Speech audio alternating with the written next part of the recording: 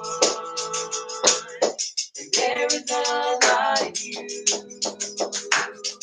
With you we win, you're our champion. With you we can lose, we always win, you're our champion.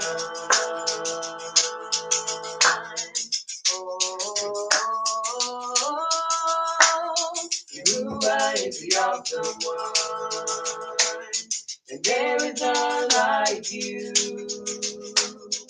With you we win, you're our champion. With you we can lose, we always win, you're our champion.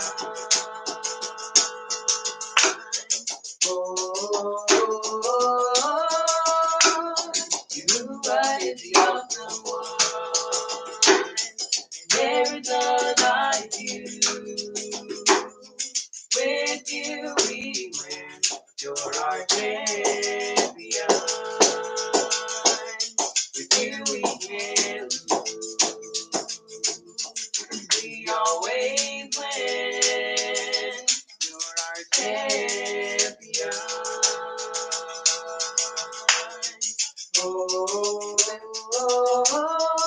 We lift our hands,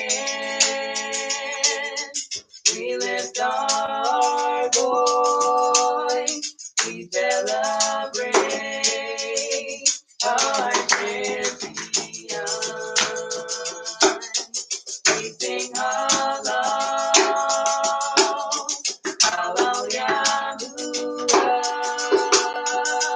for the King who is victorious. We lift our hands, we lift our voice, we celebrate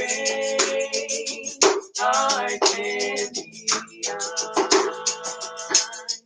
We sing hallelujah,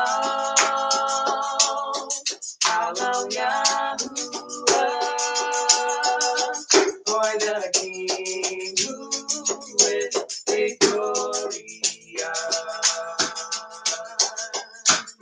Jehovah is the awesome one, and there is none like you. With you we win, you're our champion. With you we can, we always win, you're our champion.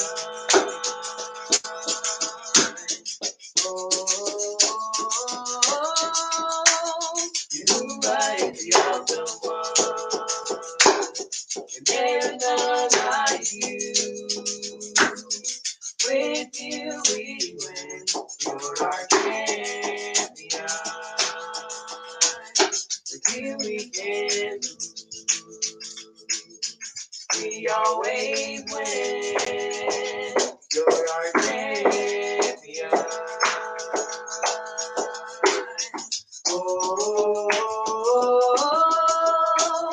Jehovah is the awesome one, and there is none like you.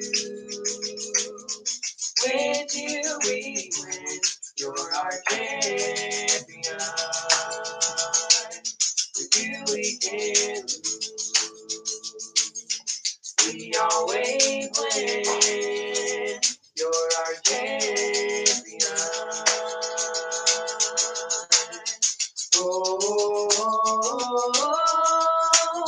Jehovah is the awesome one, and there is none like you.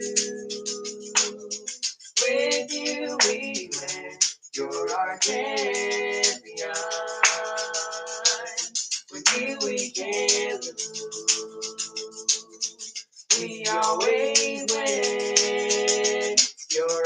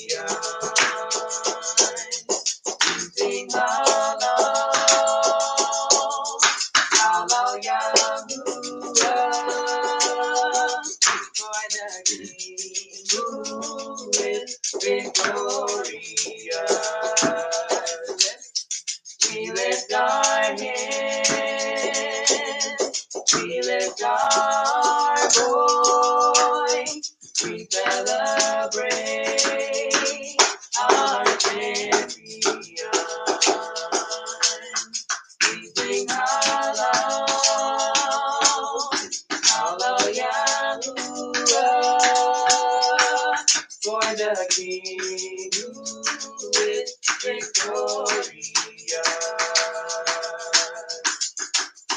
Yahuwah is the awesome one, and there is none like you.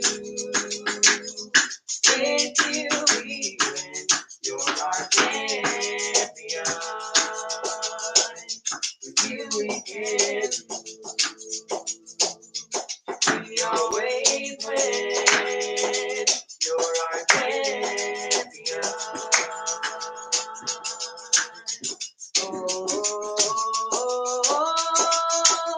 Yahuwah is the awesome one, and there is none like you. With you we win, you're our champion. With you we can,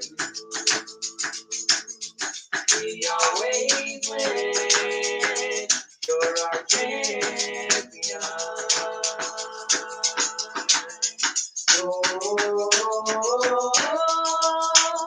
Yahuwah is the awesome one. There is none like you. With you we win. You're our champion. With you we can. We always win. You're our champion.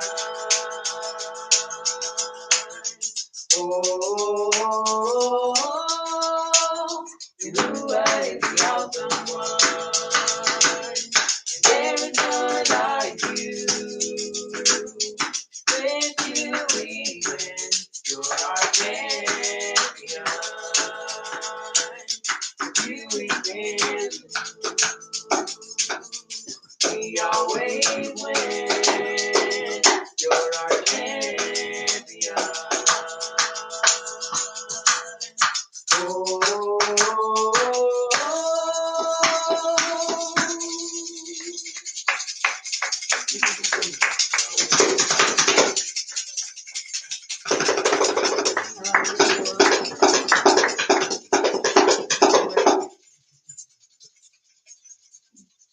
Oh, give thanks unto Yahuwah, for he is great.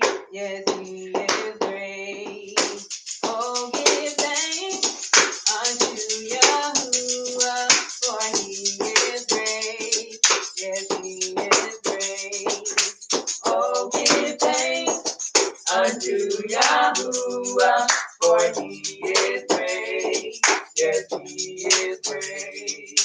Oh, give thanks unto Yahuwah, for he is great. Yes, he is great. For he is worthy, worthy. For he is great. Yes, he is great. For he is worthy, worthy. For he is great. Yes, he is great. Oh, give thanks unto Yahuwah, for he is great. Yes, he is great. Oh, give thanks unto Yahuwah, for he is great.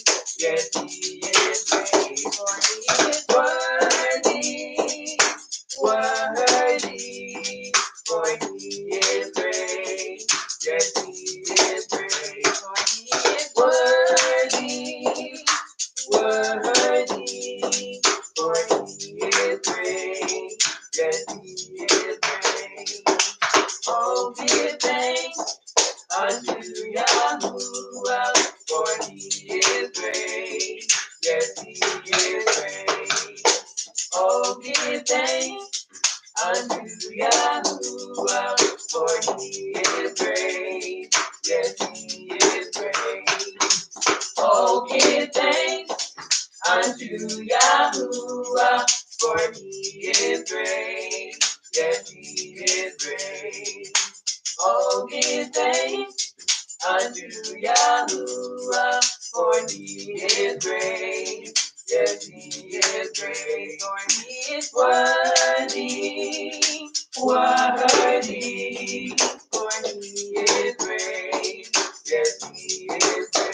for he is worthy, worthy, for he is great.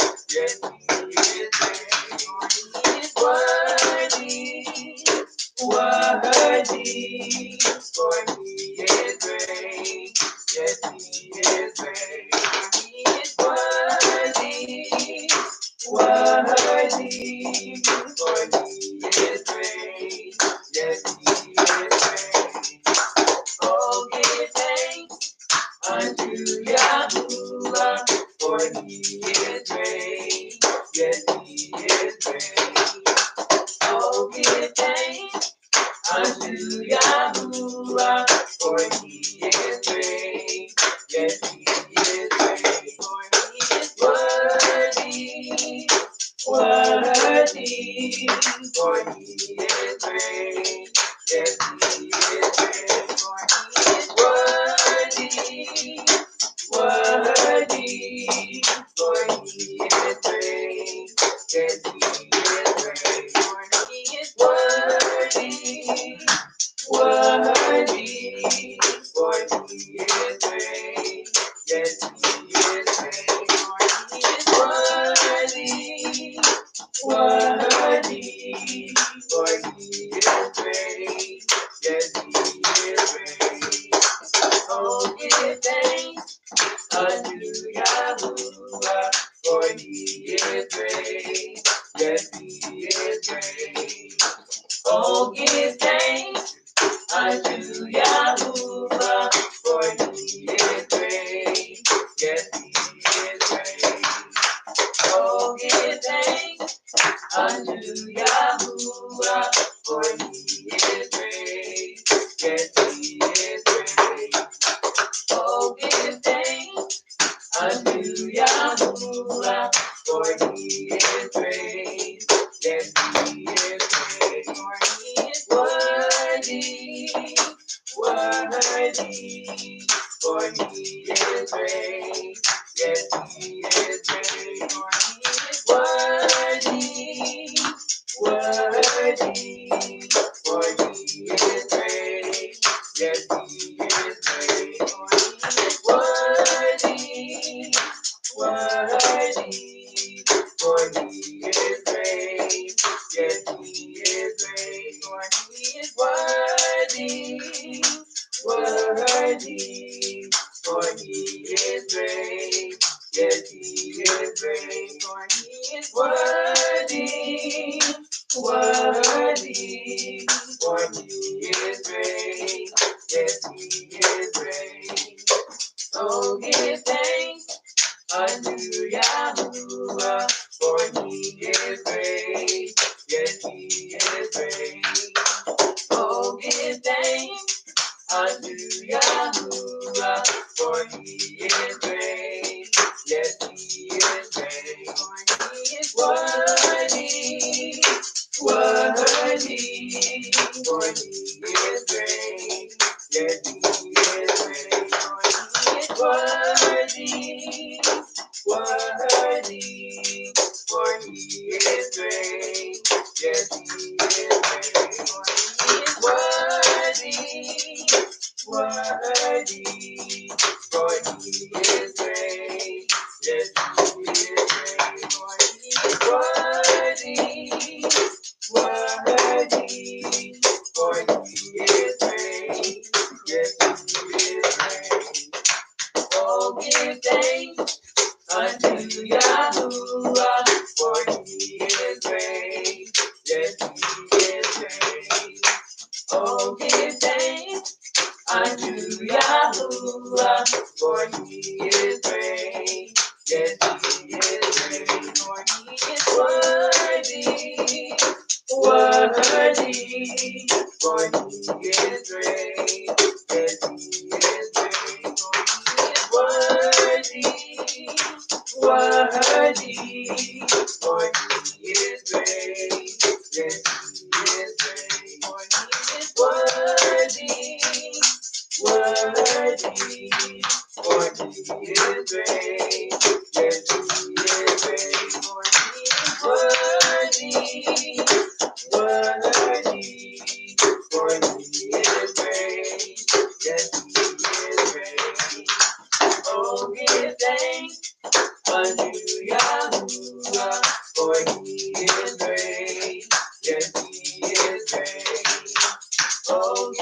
thanks unto Yahuwah, for he is great.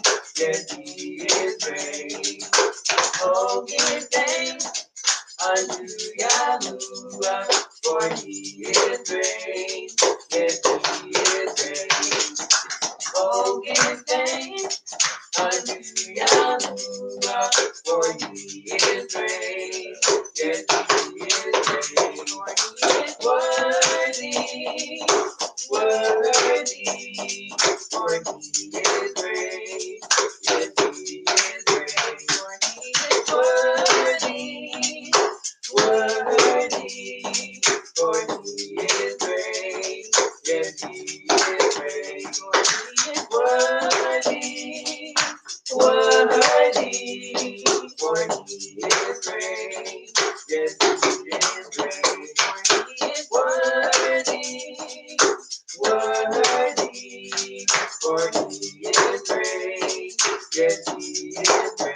For he is worthy, worthy, for he is great. Yes, he is great. For he is worthy, worthy, for he is great. Yes, he is great. For he is worthy, worthy, for he is great. Yes, he is great. Come on, come on, worthy, worthy, worthy, worthy is our King. He's worthy. Come on, praise him, praise him. Welcome back to part 2 of our Shabbat class. Part 2. Our theme is Weishlach, and he sent.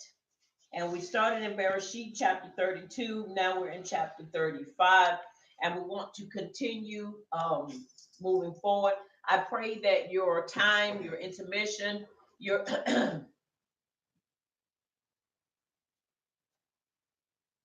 your time of intermission and your time of lunch was great.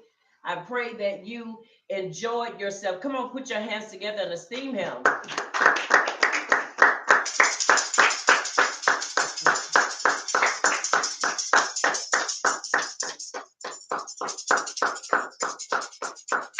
Let's Baruch him. Let's Baruch him for all that he's doing, all that he's done, and all that he's yet going to do. Let us turn our attention once again to chapter 35. We're going to be reading also from the scroll of Yasher, chapter 34, and we're going to get the fill in, and we're going to see the fleshed out part that we didn't see as we were reading from the writings. It is very important that we see the whole matter and we're able to judge it accordingly. Sure. And it is so. It is so.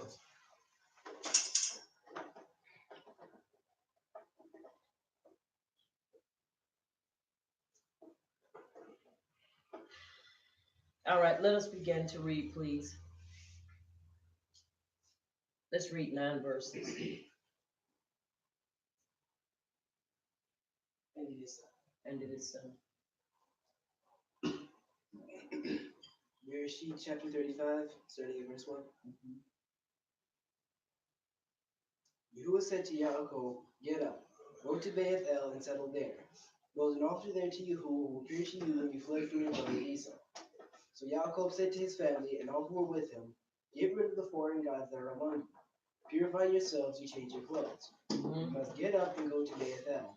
I will build an altar there to Yahuwah who will answer me in my days of distress. He has been with me everywhere I have gone." Then they gave Yaakov all their foreign gods and their earrings, and Yaakov hid them under the oak near Shechem. When they set out, a terror from Yahuwah came over the cities around them, and they did not pursue Yaakov's sons. So Yaakov and all who were with him came to Luz, that is Beth-el in the land of Canaan. Yaakov built an altar there and called the place Yahuwah of Beth-el, because it was there that Yahuwah revealed himself to him when he was fleeing from his brother. Deborah, the one who had nursed and raised Rivkah, died and was buried under the oak south of Beth-el. So Yaakov named it Oak of Weeping. Verse 9, Yahuwah appeared to Yaakov again after he returned from Paddan Aram, and he buried him. And it is he. End of this song. All right, chapter 35. And after all this is taking place, now this is after they had plundered the city and they had done all that they had done to the city. Once again, we're in Bereshit, chapter 35. We came out of chapter 34 and we looked at what had taken place when it was Shimeon and Luai who went and devastated Shechem and that whole city because of what they had done to Dinah. Shechem had violated her. And because of that, they looked at this as an act that needed to be dealt with in a manner to where they reacted to taking their lives.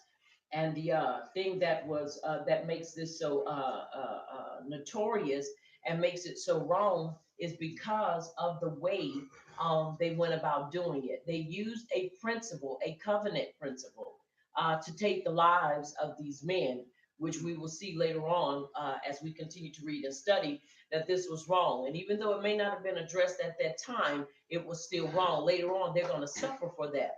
So, one thing I want to say is whatever decisions and choices we make here and now, understand it's going to meet with you again in the future.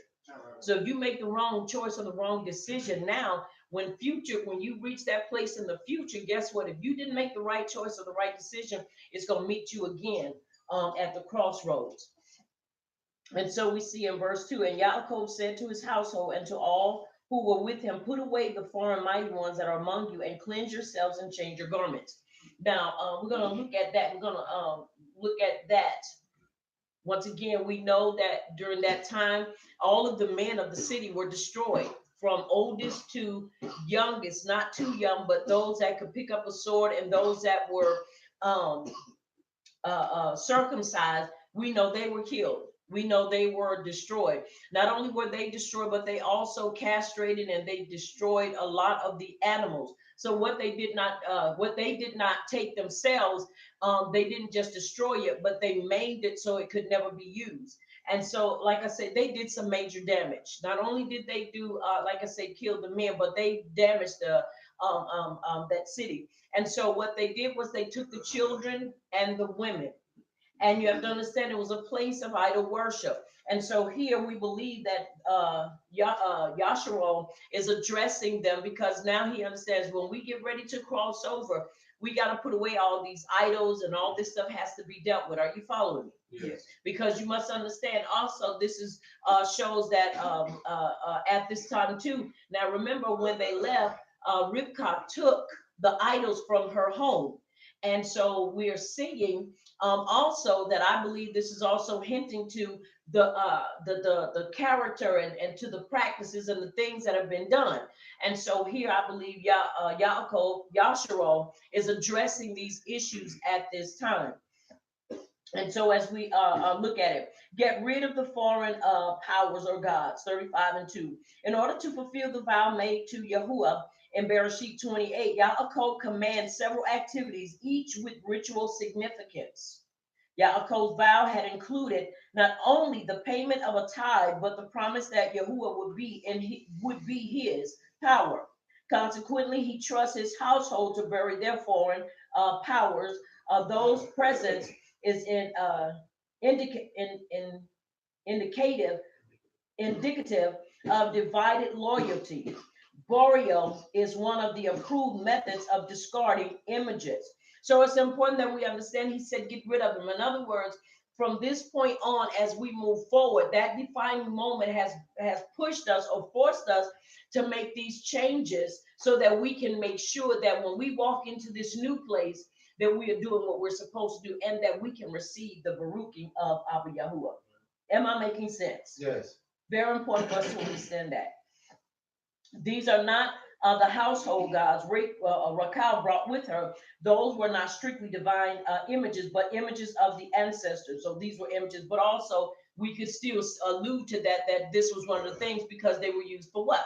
They were idols. It was divination. So I would still be inclined, excuse me, to say that this was one of the things also that had to be put away from them because she took them because she trusted in whatever power or whatever it was showed to her or told her that these idols possessed. and so it needed to be put away from them, from her.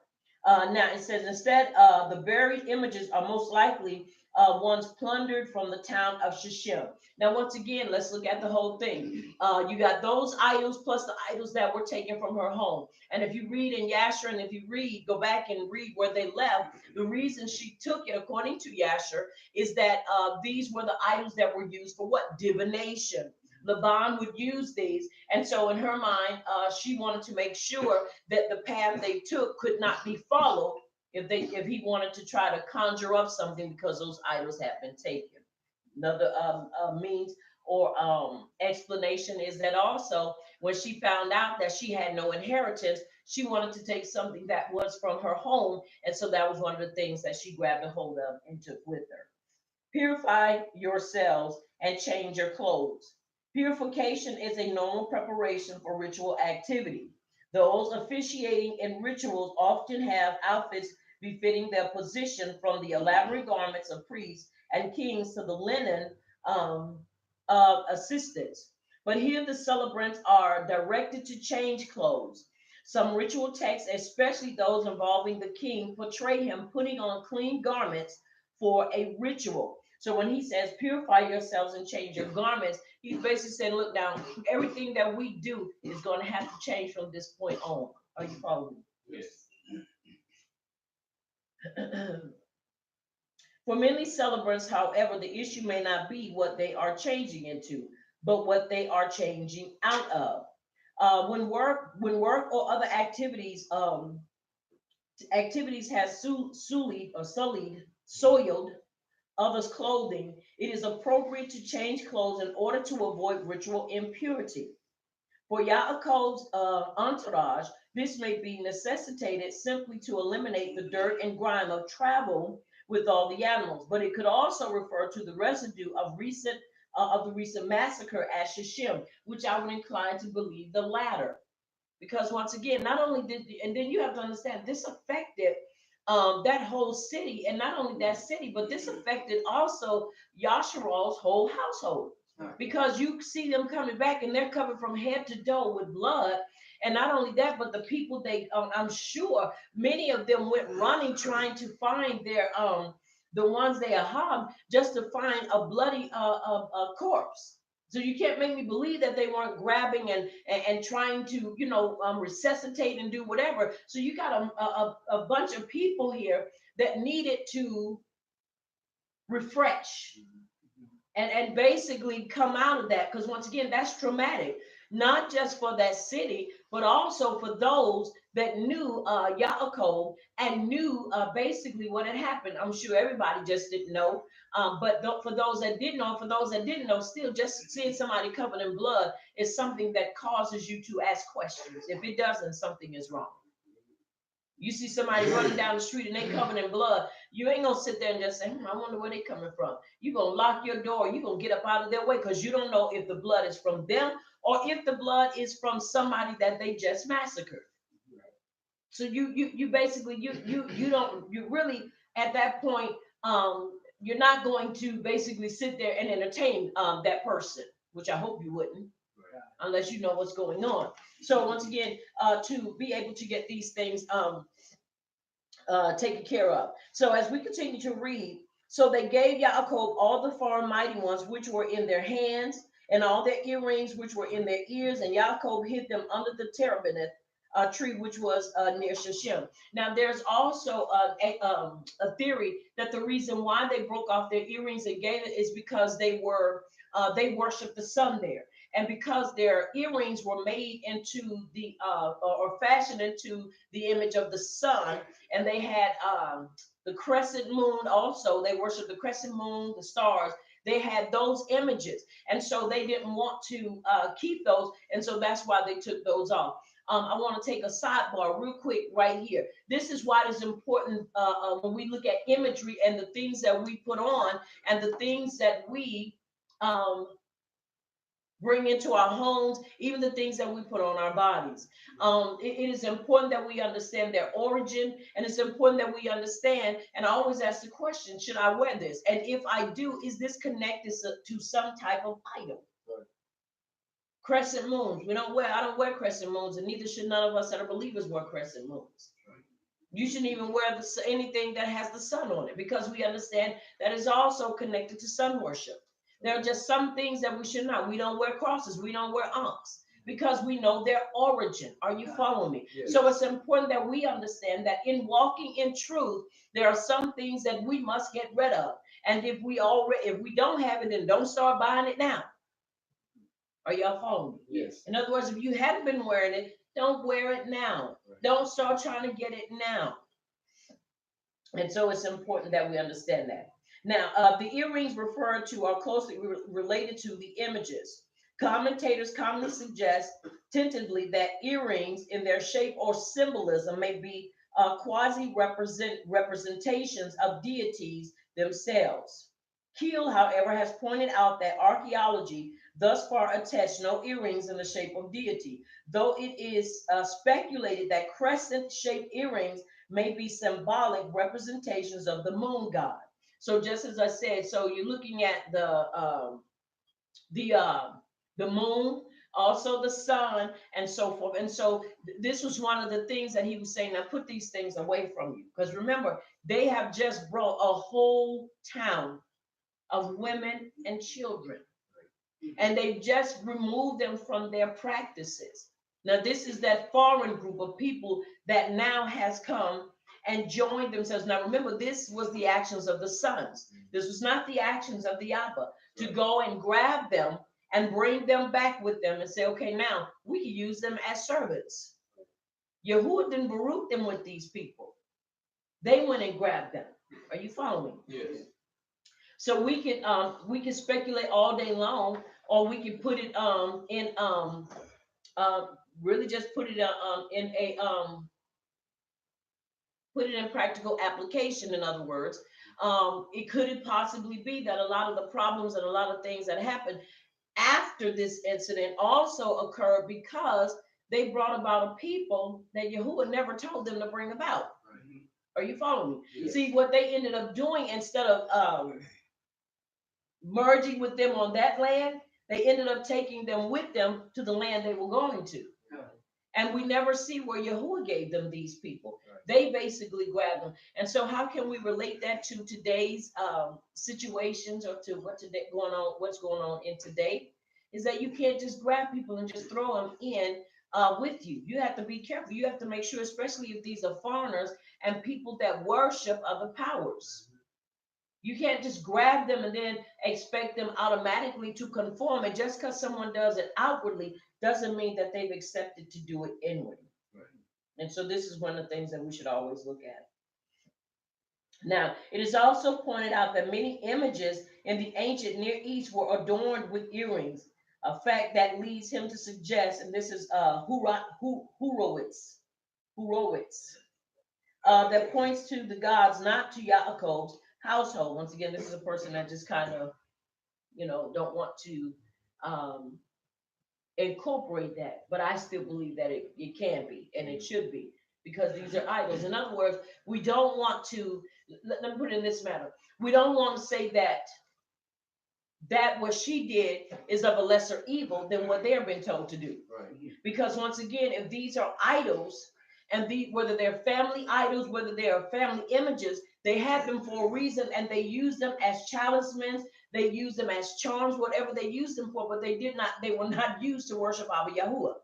So in other words, what I'm saying, it is just like people today, they say, well, I just wear the cross because it is in the Hebrew alphabet, which it is not, because many believe that it is the Tav. So when you start seeing the cross lines, many say, well, it's the cross. No, it is not a cross. You have to look at it again, examine it again. Right. And so then you try to justify people wearing crosses. We don't get into that. Are y'all following me? Yes. So we cannot minimize what one did, or take one situation and overrate it over the next situation and say, well, this one is not like that. This was used, or it was taken for that purpose. Now, it does not say that she would have used it for that, but it is told unto us that she took it. And I'm quite sure that you don't steal candy out the store just to hold it. You steal it because your intentions are to do what? Eat it. Is to eat it. So it's very important that we understand these things. Very important. Are y'all following? Yes. Yes. All right. So now here it is. Now, now that is as they dispose of the images, they should not hold back the earrings from the images for themselves. Fox makes the case that the earrings in the images indicated their willingness to hear supplicants, while the worshippers wore earrings to indicate their willingness to obey.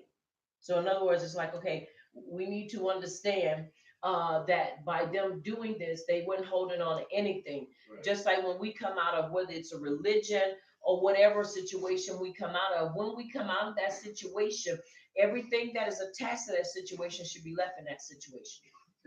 You don't want to bring nothing out but what is experience, and that's it. You don't want to bring nothing else out of it. No heirlooms, no images, no nothing. Are y'all following me? Yes. Yes. You want to make sure that you discard everything that is with that. All right, now oak ashishim. Talking about the tree. These are the trees, or this is the tree that was used, and so they hid it under there. And they departed, and the fear of power was upon the cities that were all around them, and they did not pursue the sons of Yaakov. Now, once again, the reason why I tried to go through at least the majority of the verses is because we have to understand how they were able to get where they were without any type of altercation and anybody coming in. Well, you have to understand when Yaakov did what he did, it was to make sure that they understood that now that you are a part of this caravan, now that you are a part of what we are doing, it is of the utmost importance whether you came freely or whether you were bought against your own will or whatever. It is important you understand that you are going to conform to this way. Are you following me? Yes. Because as we go along, we're not going to have you over here and you over here. And I want to take another sidebar. This is why it's important when we talk about community that we understand community is about the whole, not those few people that try to come and set to the side. Are you following me? Yes. It was stated by a rabbi. We are a nation of people, but we are a nation of people that are individuals. But we're supposed to be a nation, but not a nation of individuals. Are you following me? Yes. But a nation that's together, working and operating together. And so this is important that we look at even this as being an example of what building community is. These people were taking and we can't say they went willingly, but we can say that when it's all said and done, they were with them. And so in order for Yaakov to yet be Baruch by Abba Yahuwah, regardless of how the situation changed drastically, he still had to esteem his what? Vow. Sorry. He still had to uphold his vow. And we have to do the same thing, regardless of where we find ourselves, regardless of what situation we encounter. We have to uphold what? We must uphold the vow if we made a vow unto Abba Yahuwah. Yeah. That's right. Very important. And so we see this. And so no one pursued them. And also, I'm persuaded because they probably saw them. They probably saw that great big multitude of people. Now, mind you, his camp was already big. He already had a lot of stuff. And now to have all the rest of these people, I'm inclined to believe that when people saw that, fear came upon them because why? Here it is. You got a whole group of people. After you have slaughtered the men, the women didn't rise up, and neither did the babies rise up and say, we ain't going to do this. But they walked in a conformity. They conformed to that. So you have to understand that was something in and of itself that was looked upon, I believe, as a miracle. Because no matter how great a person is, unless Abba Yahuwah does it, there won't be conformity. There won't be unity. There won't be, you won't see those things. And so it is important that we understand that this is one of the things that I believe that kept many of the other people around them away from them because they recognized that Abba Yahuwah was with him. And it is so. It is so. All right. And Yaakov came to Luz, that is Bethel, which is in the land of Canaan. He and all the people who were with him. And he built there an altar and called the place Al Bethel, because their power appeared to him when he fled from the face of his brother. And Deborah, Ribkah's nurse, died, and she was buried below Bethel under the terebinth tree. So the name of it was called Alon Bakuth. And Elam, or power, appeared to Yaakov again when he came from Padan Aram and bereaved him. And power said to him, "Your name is Yaakov. Your name is no longer called Yaakov, but Yasharal is your name." Remember, because he had gotten the name changed, but I'm persuaded that he had not really started walking into it. And after he had done this, I believe this was the pivotal moment, and this was Yahuwah encouraging him. Now you have to walk in it.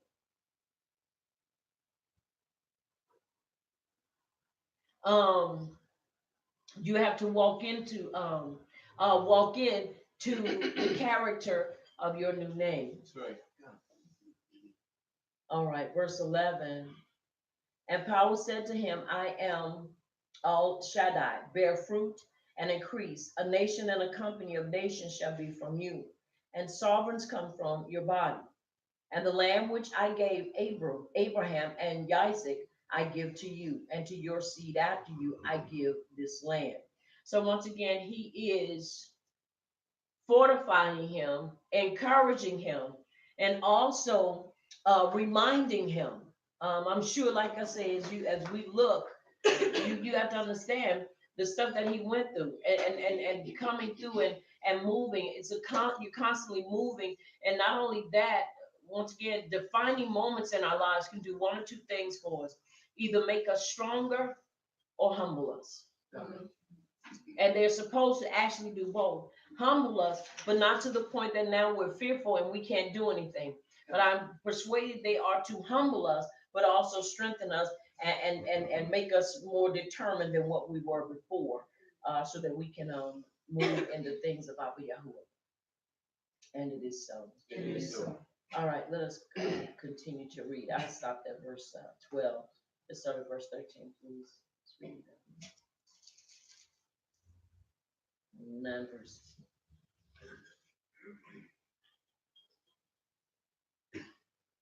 And Yahuwah went up from him in the place where he talked with him. So Yaakov set up a pillar in the place where he talked with him, a pillar of stone, and he poured a drink offering on it, and he poured oil on it. And Yaakov called the name of the place where Yahuwah spoke to him Bethel. Then they journeyed from Bethel, and when there was but a little distance to go to Ephraim. Rachel labored in childbirth, and she had hard labor. Now it came to pass, when she was in hard labor, that the midwife said to her, "Do not fear, you will have this son also." And so it was, as her soul was departing, for she died, that she called his name Ben-Oni, but his Abba called him Benjamin. So Rachel died and was buried on the way to Ephraim, that is Bethlehem. And Yaakov set a pillar on her grave, which is the pillar of Rachel's grave to this day. And it is so. And it is so. And it is so. All right. Set up a stone pillar. That's in verse 14. Here again, the standing stone is intended to mark the place where Yahuwah's presence is manifest, but it also serves as a testimony to the covenant agreement that is communicated. And so it's important we understand that that was also as a reminder um, to them. Excuse me. And this is why I also believe that when we read in the writings and we hear about Yahush being the stone that the builders rejected has become the cornerstone. It's important that we understand that the cornerstone, through the cornerstone or through the stone, which is Yahush, are you following me? That rock, that the covenant agreement is communicated. Are y'all following me? Yes. So it's important that we understand you cannot remove the one that is to communicate and to bring forth the covenant. Are you following me? Yes. And this is why it is important that when we deal with people, or we know people that have that mentality, that they disregard the renewed covenant, and then they talk evil about Yahushua. Now you have to understand, I'm mindful of a lot of things, but what I cannot be mindful of is that people say, well, you know, they it's meant for them to be this way. I just don't believe that it's meant for people to be ignorant and constantly deny Yahushua when we have enough of information, and not only the information, but we do have the Ruach HaKodesh. And so now you mean to tell me that you get a pass on excuse because you feel like, well, I just don't want to accept it. No, no, no, no. Let's pump the brakes for a moment. This is why he came. And because the two houses were divided, now that what divided us should no longer divide us. We are supposed to be one. Are you following me? Yes. And so now we cannot continue to make excuses for people's ignorance. We can't. We can't make excuse for people's ignorance. Well, they just can't see, they're blinded. Let me tell you something. When Yahushua came, he came to do what? Set at liberty them that were what? Bruised, broken, and to open what? Open up the blinded eyes. So there is no excuse. That's right. Are you following me? Yes. He was sent to do that. I think that's in Yashiyah 61, isn't it? Let's look at that real quick.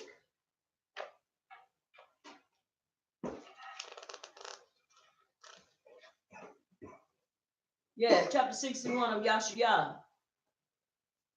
Let's read that, please. This is what Yahushua was sent to do. Now, because he was sent to do that, we have no excuse. Nobody has an excuse to say, well, they're blinded. They can't see. We have a physician that came to open blinded eyes, to unstop deaf ears. So there is no excuse. Right. That's right. You have that? Yashiyah 61. Okay. You said 60.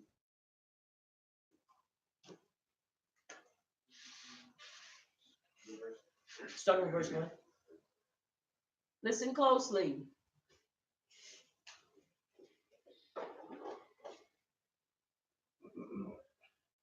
Yashiyah 61, verse 1. Read all of it.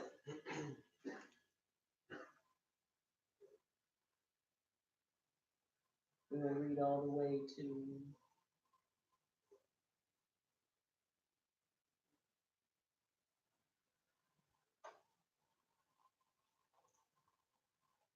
Let's read all the way to verse 7. Okay. The Ruach of the Master Yahuwah is upon me, because Yahuwah has anointed me to bring the Besorah to the meek. He has sent me to bind up the brokenhearted, to proclaim release to the captives, and the opening of the prison to those who are bound, to proclaim the acceptable year of Yahuwah and the day of vengeance of our power, to comfort all who mourn, to appoint unto those who mourn in Sion, to give them embellishment for ashes, the oil of joy for mourning, the garment of praise for the ruach of heaviness. They shall be called ensign of righteousness, a planting of Yahuwah to be adorned. And they shall rebuild the old ruins, raise up the former wastes, and they shall restore the ruined cities, the waste of many generations. And strangers shall stand and feed your flocks, and the sons of the foreigner be your plowmen and your vine dressers. But you shall be called Kohanim of Yahuwah, servants of our power, shall be said of you. You shall consume the strength of the Gentiles and boast in their esteem. Verse 7. Instead of your shame and reproach, they rejoice a second time in their portion. Therefore they take possession a second time in their land. Everlasting joy is theirs. And it is so. And it is so. And it is so. So that's in Yashiyah 61.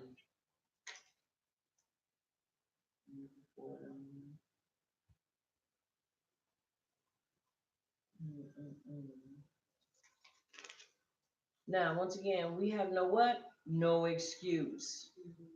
No excuse. And we need to stop making excuses for people. Are you following me? Yes. No excuse.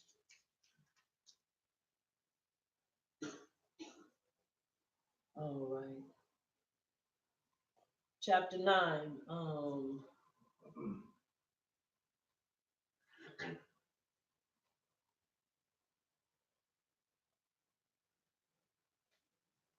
trying to find it in Luca. I believe it is in Luca.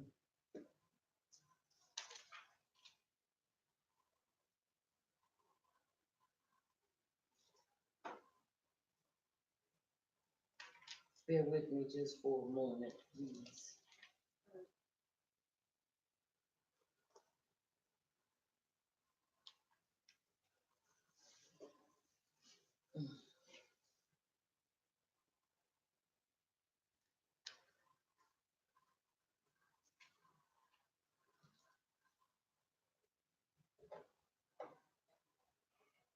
Just give me 1 second.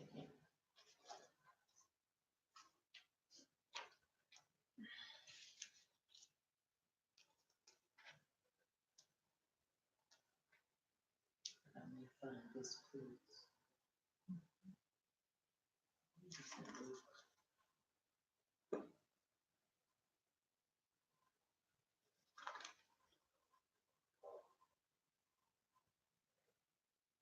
Yes, it is. 4 and 18. Luca 4 and 18.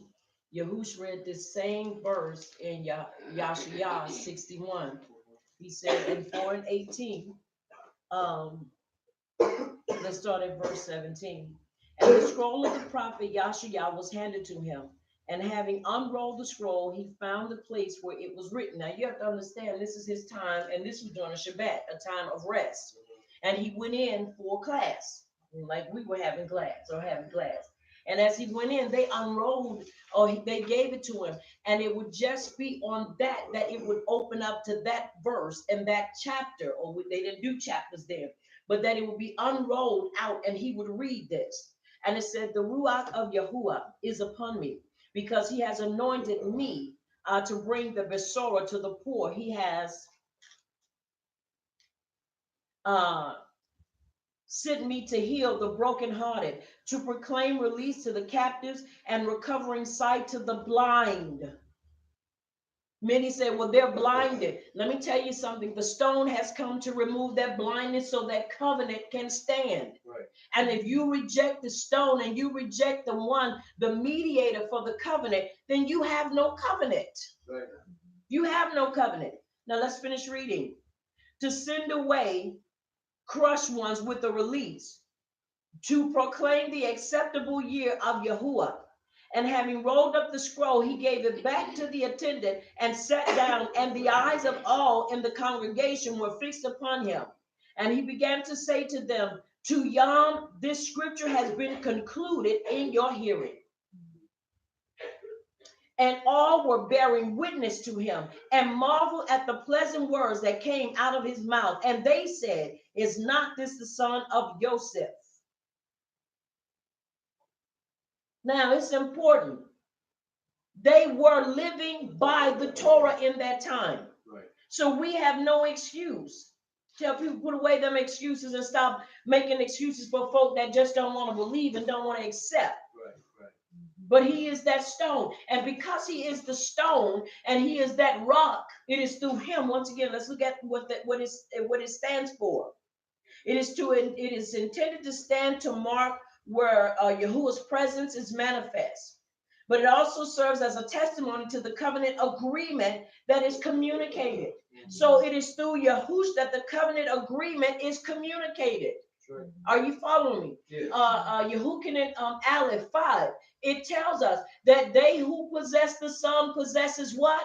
Eternal life. How do we have eternal life? It is through covenant. Right.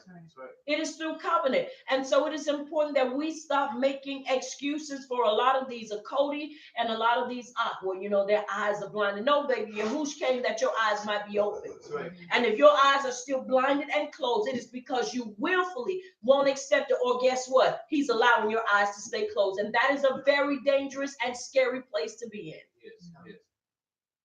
Because you have no excuse. None whatsoever. Are you following me? Yes. So it's important that we understand these things. Now, once again, covenant is being made. And as we continue to read, and we find ourselves in verse 20, now in verse 19, we see, or let's look at verse 18. And it came to be as her life was going out, for she died, that she called his name Ben Oni, and his Abba called him Benjamin, which means my right hand. Are you hearing? Son of my right hand. Um, it's not. It is not alluded to why she had such a hard labor and she died. But let us put this out on the table. Now, just follow me, and I speak on my own accord. Are you following me? Yes. The reason why I'm saying this is because I want to show you what I see. Here it is. It's a time given to get rid of idols, to bury them, and put away all that foolishness. And I believe that that defining moment that she chose not to do that. And this is why her life was cut short. Are y'all following me? Yes. Just a synopsis and just a theory, and I am allowed to have that because I didn't make it doctrinal. But I am saying this is what I see. Immediately after this, she has hard labor. Now let me allude something to you. Did he not tell him that he would have sons and that he would have daughters? Now, isn't it strange that the one that he ahab would be the one that would die first? Are you following me? Yes. In other words, no matter how much you ahab a person, if they don't walk in the truth and build that relationship with Abba Yahuwah, your ahab for them ain't gonna make them live and last long. Right. It is their relationship with Abba Yahuwah that makes them live, makes them strong. And so this is important for us to understand and look at it in this manner, because she has hard labor that takes her out of here. But she delivers that baby boy. Are you hearing me? Yes. And so she was buried on the way to Ephrath. That is Beth Lechem. And Yaakov set up a standing column on her grave, which is the monument of Rachel's grave to this young. Now, the text geography and traditions all complicate precise location here. Yaakov is traveling, they say, south from Bethel. And you look at that in chapter 35, verse 16, to arrive eventually in Hebron, 35 and 27. Specifically, they are on the way to Ephrath or Bethlehem and have not yet arrived at Migdal Eder. They are therefore following the main north-south road through the central hill country. From Bethel to Bethlehem is just under 20 miles, going through Jerusalem. In Samuel Aleph 10 and 2, Rachel's tomb is identified as being at Zelzah, on the border of Benjamin, Jeremiah 31 and 15, which has been interpreted to suggest it is near Ramah, Ramah, just east of Gibeon, more in the middle of Benjamite territory. Jerusalem is on Benjamin's southern border with Yehuda.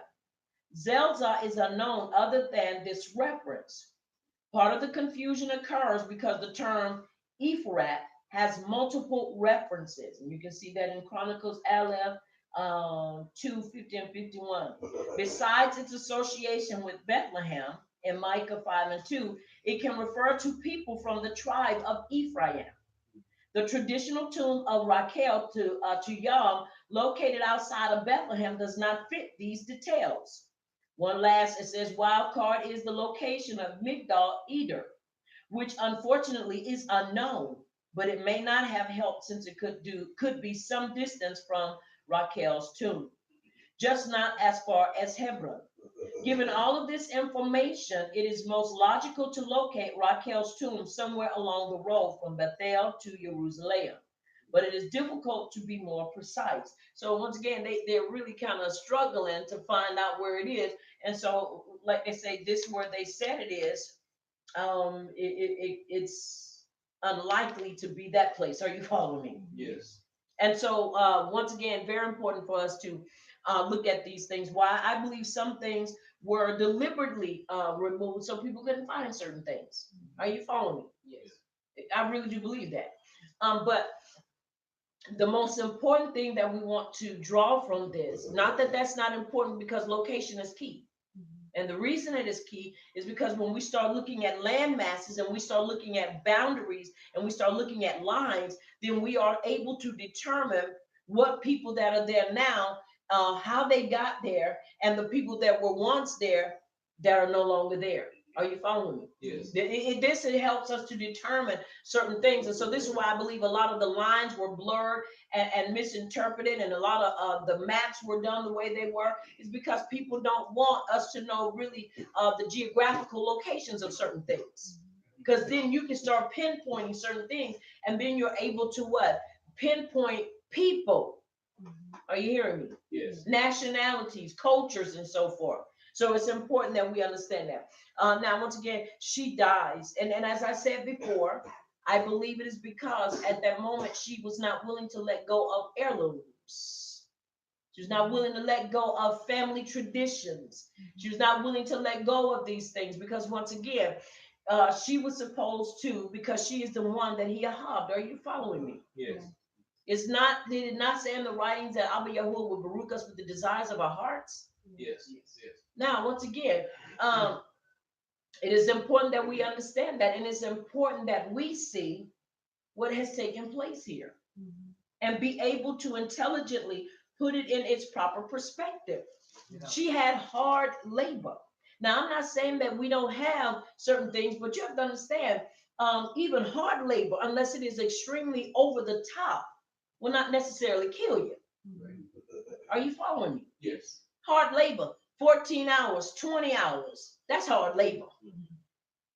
Because you got to look at the distance from the womb through the birth canal, ain't but this much distance. But sometimes I declare it takes a lifetime for that baby to come through the birth canal. Are you following me? Yes. Certain things going on. But once again, it is important that we understand that there is a probability that the reason why it was hard labor is because of her disobedience. Because remember, it never alludes in any point of the writings that she ever let go of those things, that she even allowed Yaakov to know she had them. Are you following me? Yes. It never ever speaks that she ever told him she had them. It never even goes in to say that he ever found out that she had them. So is it a possibility that this was judgment on her life because she was not willing to let go of those things?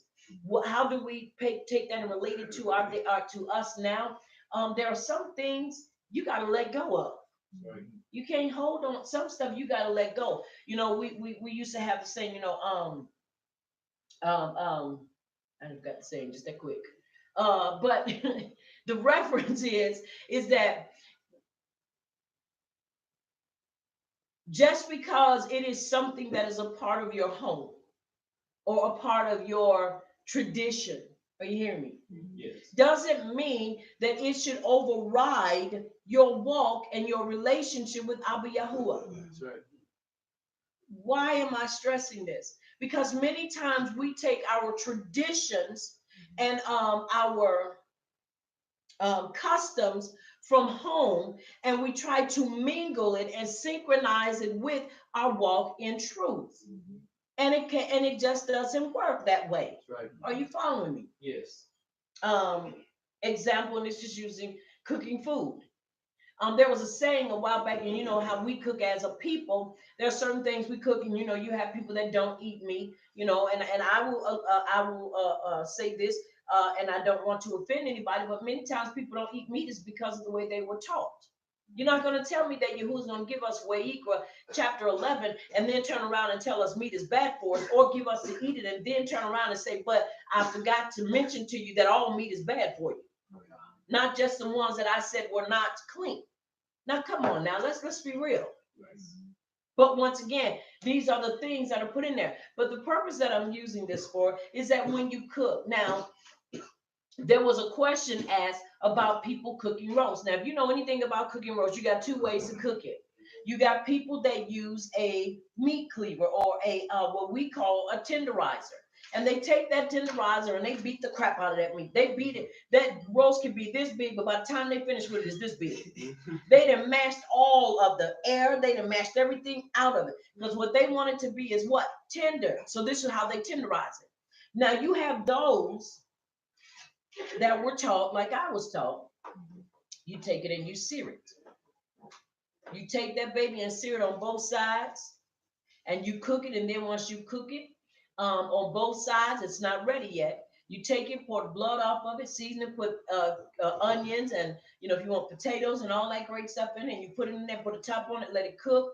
I promise you, by the time you take it out the oven, when the air hit it, it falls off. You ain't got to use no fork. You can sit there and eat it like you would eat greens with your fingers, because that's just how tender it is. But there was a question asked to a young lady, and she was saying, well, the reason I cook mine like that is because it was something I saw Big Mama do, and then Big Mama pass it down and pass it out. But they could never give an intelligent explanation as to why they did it. Well, we do it like that because it tenderizes the meat. That's why we do it, because it tenderizes the meat to cook it on both sides. And then cover it, whether you cover it on top of the stove or whether you place it in the stove. It tenderizes the meat.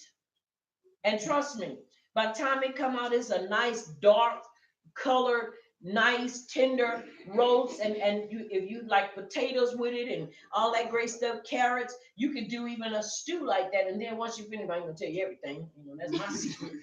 But anywho, but you could take it and once again, you can have it and know why you do what you do. But many times, some of us really don't know why we do. We just say, well, some they were doing it, so I did it too. We did it in our family. It was a tradition, so we did it. All traditions are not healthy, and all customs are not healthy. And so it's important that we understand that. And like I say, she ended up losing her life, and it never goes on to say these things. Are y'all following me? Yes. And so we see that she is buried, and then they move forward. Are you hearing me? Yes. All right. Now, they continue to move on, and Yasrael set out and pitched his tent beyond the tower of Eder.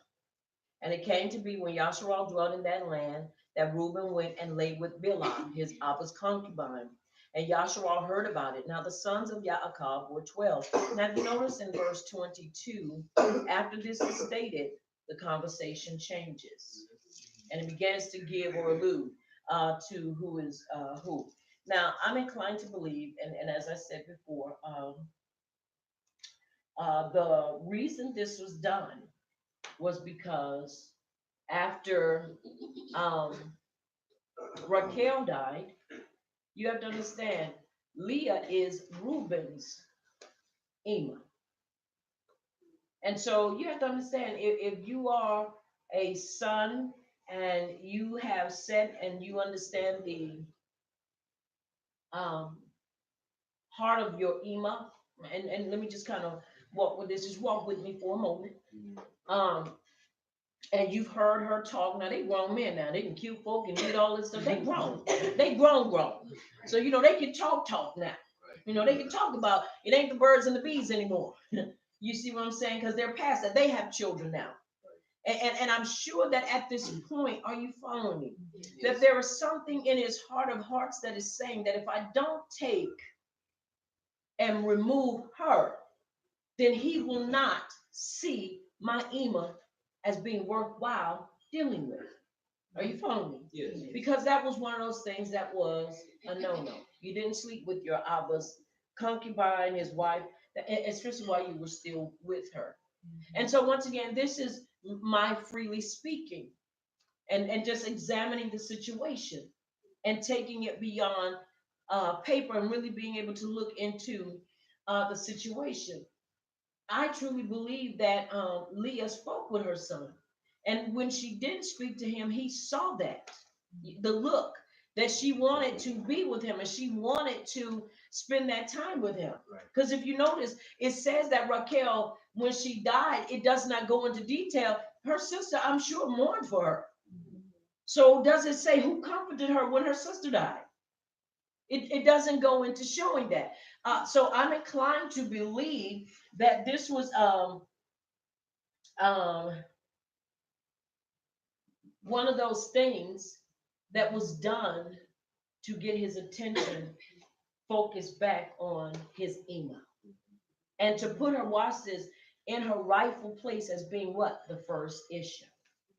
Because she was the first, but she was considered the lowly one, or she was considered the second wife, when in actuality she was the first.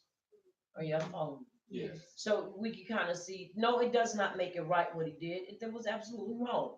But you have to understand it was also wrong for them to, which we know it was Simeon and Luai who did it, but then everybody else went in and helped devastate the town. Are you following me? Two men went and did that, but you have to understand they had to have some folk to help them bring the stuff back. Are you following me? Yes. So there are things that we can do and try to justify because we say, well, I had a legitimate excuse or reason for doing what I did. No, you can't. Are you following me? Yes. Very important for us to understand that. But anyway, as I was saying, is that the important thing here is that I believe that she was confiding in her son. And in her confiding in him, she probably was telling him, my sister's gone now, and my husband still don't want to be bothered with me. Are y'all following? Now let's look at this. Is it not also that it was Rachel? Wasn't it Rachel, right? Or Rebecca? Rebecca, who basically got Yaakov, which now is Yasharal, and showed him how to go in and trick his daddy. It's just something in them that way about them where they could basically manipulate situations. And I believe that her talking to him and sharing certain things with him, she was able to manipulate him. And I'm not saying that he probably didn't have this in mind anyway, because you have to understand, Bilal she had to be something special. Because he a grown man and she was, grown at that time. She was an old sister, but she had to be a sister that could rock the world. You follow what I'm saying? In order for him or her to get his attention, are y'all following me? Yes. She had to be. Now, once again, remember now, these were their mother's nurses. She was old. But she was old, but I'm inclined to believe that she was looking great and it didn't show and she kept herself up. Are you following me? Yes. Mm-hmm. And he went in unto her. And so it's important that we see that. Now, and he heard about it. And then it goes on to talk about what happened. But let us look and see what they conclude in the Zondervan commentary. It says, though this is technically an insidious act, the offense here is treated more as social usurpation than as sexual immorality. Possession of the concubines that belonged to the head of the clan was presumably a sign of leadership in the clan. Now we could also look at that he was trying to take, John to come on and be the big dog. It's a possibility. Because really, if you look at it, it doesn't really show that he really had a relationship there. Okay, so now it says, when the Abba died, the care and ownership of the concubines as part of his property passed to the next head of the clan. To seize ownership of the concubines prior to the father's death would then be seen as an act of subversion and disrespect, comparably to seize land or herds. But would not be unusual if succession to clan leadership was contested. In this context, Reuben's offense against his father's circumvents proper succession procedures and implies that the father is powerless beyond clan leadership. And Winham suggests that Reuben's act is not necessarily to secure his own position in the clan, but by treating Bilal this way, it assures that Leah will assume the place of principal wife, just as I said. Booyah, boom, boom, boom. Are y'all following me? Yes. Before I even read this. Now, once again, you have to understand when you look at these things, and when we see, there's many theories. But when you look at it and you trace it all the way back to its very beginning, you can go along with the latter part. You have to understand, when Reuben came in from the field with mandrakes, who was there to meet him? Raquel and his mama there. And you listen and y'all bicker. Well, I will sell him to you. Then he comes in. Oh, by the way, when you clean up, come on, to my tent because I got you for the night because I bought you. They did this in the midst of this child. Mhm. Are you following me? He Yes. wasn't stupid, but he was old enough, but young enough still to be in this, that you just know your daddy was bought for some fruit, to spend some quality time with your Ema, which he should have been doing, but he didn't want to because that was not his choice. Right. Are y'all following me? Yes. Very important for us to understand this. No, it doesn't feel, it's very uncomfortable when you talk in line of these things. Why? Because many times people don't understand people's emotions and feelings were tied up in this. This that was done was really a big old mess, that what Laban did. Right. And that was not something you just, you leave, because even in her death, she still was not the principal wife. She still remained the second wife. Right. Are y'all following me? Yes. Now, in this sense, it is an offense against Belial, but against, again, not just in a sexual sense, but an act of intended to undermine her status in the clan. So once again, this is very important that we understand why it was looked upon and frowned upon. But in his mind, I'm really inclined to believe that he thought he was doing his Ema a service. Any young man that listens and understands the heartbeat of his Ema, and says, it's wrong, and something needs to be done. You understand the motive, or you understand the drive behind the motive, but it's still wrong when you do it out of context and when you do it the wrong way. Sure. Are you hearing me? Yes. Very important for us to understand that. All right. And so now he goes in and he begins to record um, the sons. Let's read verse 23 all the way to chapter 36, verse 5, or verse 4.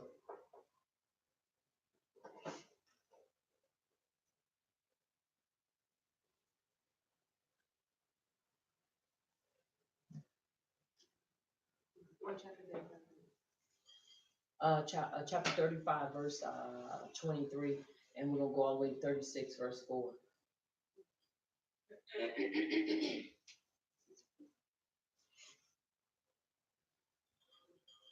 Bereshit, chapter 35, starting at verse 23 to chapter 36, verse 5. Mm-hmm. The sons of Leah were Reuben, Yaakov's firstborn, Shimon, Luai, and Yehuda, and Issachar, and Zebulun. The sons of Rachel were Joseph and Benjamin. The sons of Bilhah, Rachel's female servant, were Dan and Naphtali, and the sons of Zilpah, Leah's female servant, were Gad and Asher. These were the sons of Yaakov who were born to him in Padan Aram. And Yaakov came to his Abba Isaac at Mamre, or Kiryat Arba, that is Hebron, where Abraham and Isaac had dwelt. And the days of Isaac were 180 years. So Isaac breathed his last and died, and was gathered to his people, and aged and satisfied of days. And excuse me. So Isaac breathed his last and died, and was gathered to his people, aged and satisfied of days.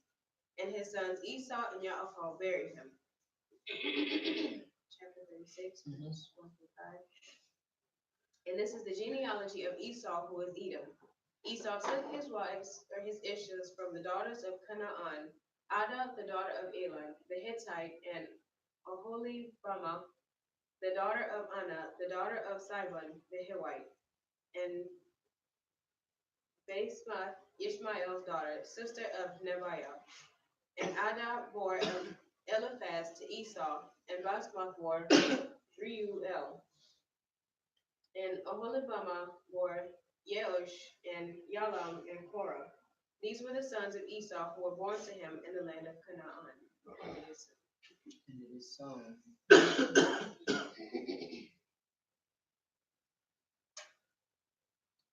All right.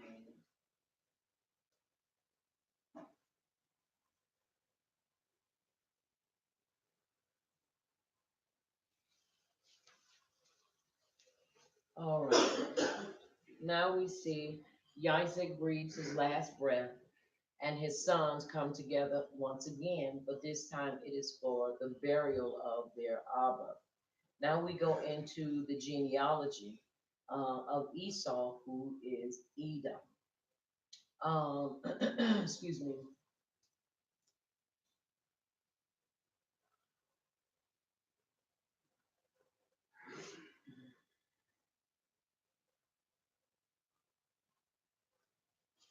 All right, let's look at this. Esau, the father of the Edomites. The earliest mention of the Edomites, excuse me, outside of the Bible is in the 15th century campaign list of Thutmose III. In records from Mitzrayim during this period, the territory is inhabited by nomads, Shashu. Archaeologists have found no Edomite records or literature. Material remains from the Middle and Late Bronze Age are scarce, but this would be expected given the type of society represented by Esau and his descendants. Isn't that something? Line of Esau. It was something else that I read that said they were really that the information is very hard to find. And I believe the reason it's hard to find is because Abu Yahuwah knows who they are, and so do we. You know how you have that, there's just that internal, not maternal or paternal instinct, but it's just that instinct that lets you know, when you deal with people, you say, you know what, it's like we have a kindred ruach. It's like we know certain things. There's certain things you know, and then there's certain things that you like, no, that ain't it. But I do believe that we know, and a lot of people may not agree with what I'm about to say, but that's fine. The Caucasians, Europeans, whatever you want to call them, not white folks, because they're not white. Those are not the Edomites.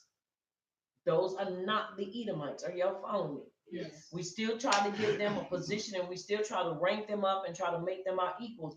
And you have people fighting, and you have people still arguing and debating over this every day. You're basically trying to say that our twin, or that the twin people to us, are the Europeans. Not so. And they don't dwell in tents. Neither have they ever dwelled in tents. They dwelt in what? Caves. Are y'all following me? Yes. It's the truth. So how do you take a people out of caves and now automatically they dwell in tents? No. Once again, let's look at who dwells in tents, and we're gonna leave it at that. Okay? All right. Now, these are the descendants of Esau. When we look in chapter 36, and it speaks of his sons and his daughters.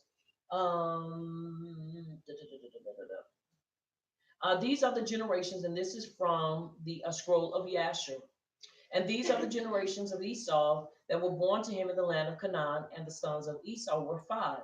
And Adah bare to Esau his firstborn Eliphaz, and she also bare to him Ruel, and Ahilabama bare to him Yeash,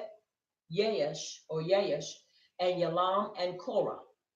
These are the children of Esau who were born to him in the land of Canaan. And the sons of Eliphaz, the son of Esau, were Timnan, Omar, Zepho, Gatam, Kenaz, and Amaleks. And the sons of Ruel were Naphtah, Zerach, Shema, and Mizah.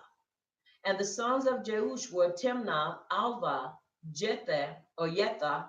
And the sons of Yalam were Allah, Phinor, and Kenaz.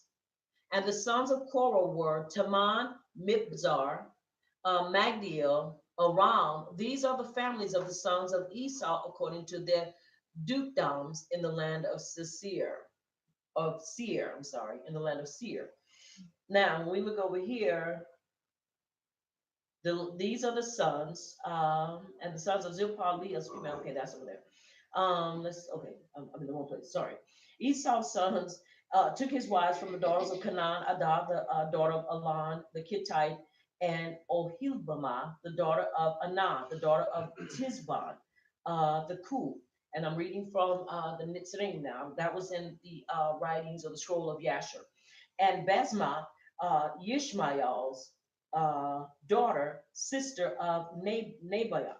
And Yishmael is one that when you really start looking at his life, you really begin to see a lot of stuff. I was reading about him in Jeremiah just a couple of days ago.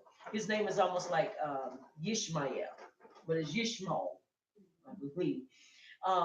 And Adah bore Eliphaz to Esau, and Basma bore Ruel, and Ohilbama bore Yahush, and Yalam, Quarak. These were the sons of Esau who were born to him in the land of Canaan.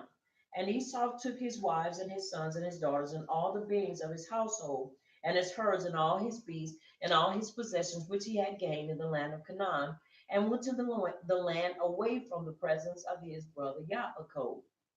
So he didn't want to stay there. It says in verse 7, for their possessions were too great for them to dwell together, and the land of their sojournings could not support them because of their herds. That's a lot of stuff. So Esau dwelt in Mount Seir. Esau is Edom. Now you have to understand, same thing happened with Abraham and Lot. They had so much stuff they couldn't even dwell together because of their what? Their herds.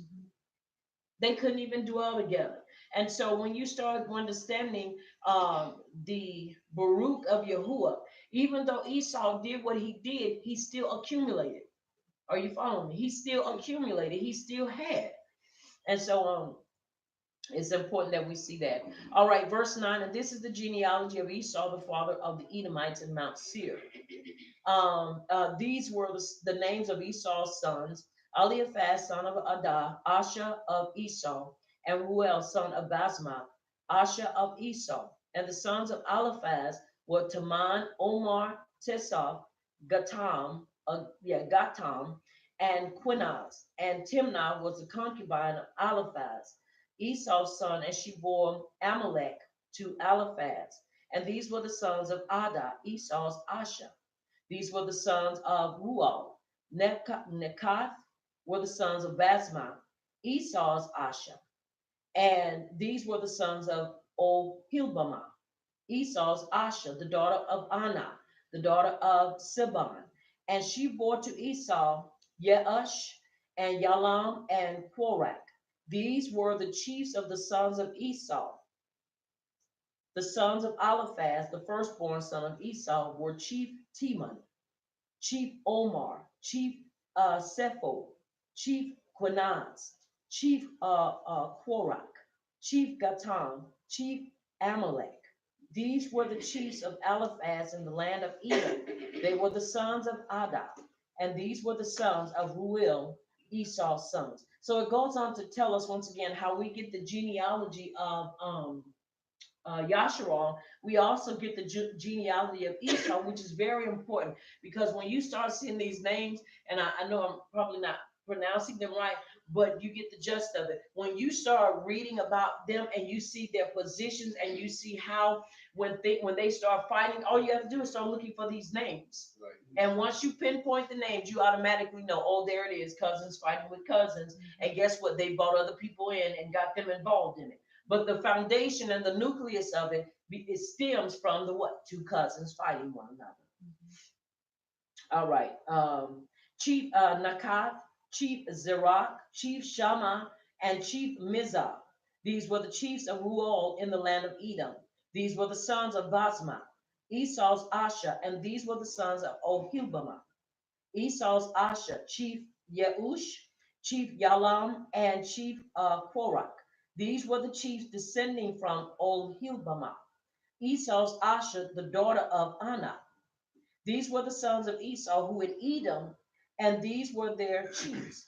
These were the sons of Seir the Korite, who inhabited the land: Lawtan and Shabal and Sibon and Anah. Verse 21, and Dashan and Etzer and Dashan. These were the chiefs of the Korites, the sons of Seir in the land of Edom. And the sons of Lotan were Korai and Heman. Lotan's sister was Timnah. And these were the sons of Shobal, Aluan and Manakath, and Ebal, Shephel, and Anah. And these were the sons of Saban, both Aya and Anah. This was the Anah who found the water in the wilderness as he fed the donkeys of his father Tisban. Are you hearing me? Yes. All right, verse 25, because we got to read all the way to 43, chapter 36. And verse 25 says, and these were the children of Anan, Dashan and Ohilbamah, the daughter of Anah.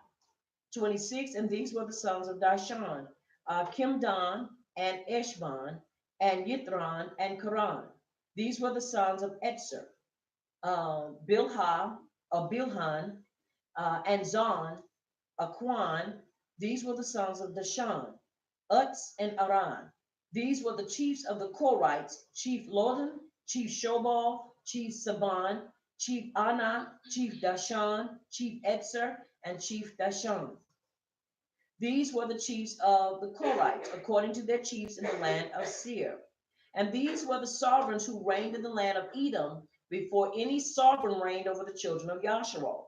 So before anyone became over the children of Yasharal, this is how Esau had his stuff already set up. Right.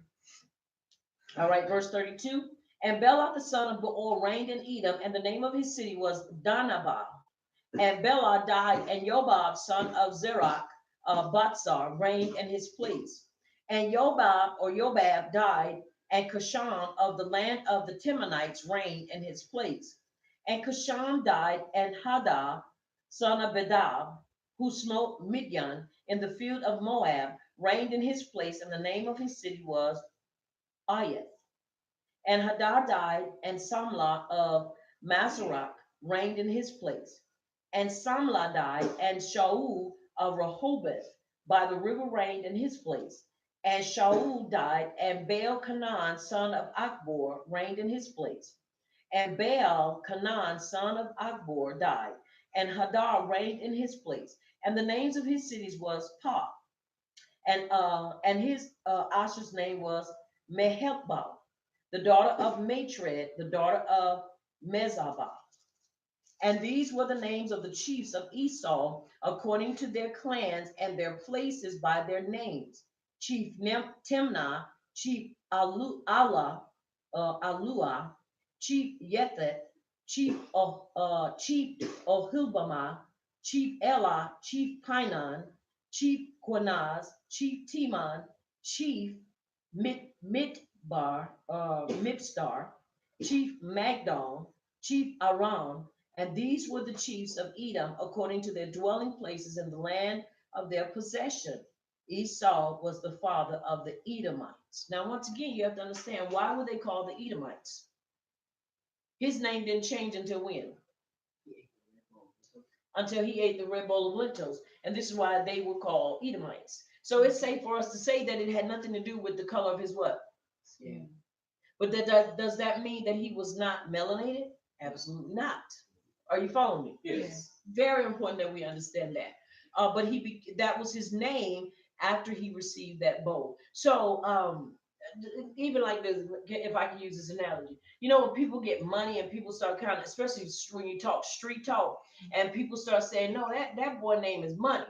Why would his name be Money? Because the moment that transaction took place, his name changed to Money Man. He's the money maker. He's the money man. Are you hearing me? Yes. Basketball, when a person plays basketball and they are what we consider the clutch man, they pull the game through at the very end. You don't have but a few minutes before the end of the game, and they're able to come through with them 3-pointers. All they need is 2, but he or she makes 3. That's what you call the clutch person. Why? Because they are the one that brought the game to where it is and brought them on over for the win. So the name changes at the moment the game changes. Right. You follow what I'm saying? Yes. And so that's what we can see even in this. So it's important that we understand these things. All right, let's move forward. And let's go into Hosea chapter 11. And we're going to begin with verse 7.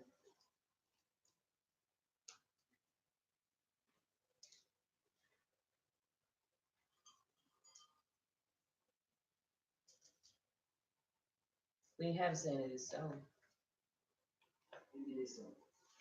All right.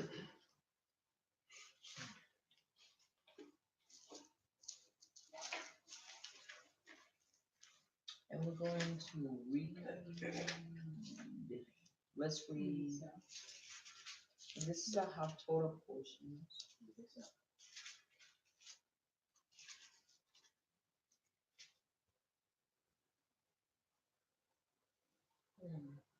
All right. Starting at verse 7, let us read. Let's read 8 verses because you're going to go into chapter 12. Starting at chapter 11, and then we're going to go into chapter 12. It is. Okay, come on. You said in verse 7. chapter 11. Yeah. Verses. Let's read. We're going to read 9 verses. So you're going to start at 7 and you're going to go over into chapter 12.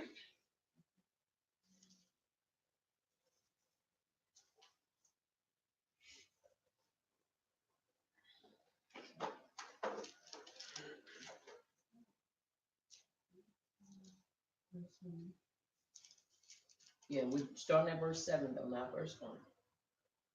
Start Okay. at verse 1 of chapter 12. Okay. You start at, yeah.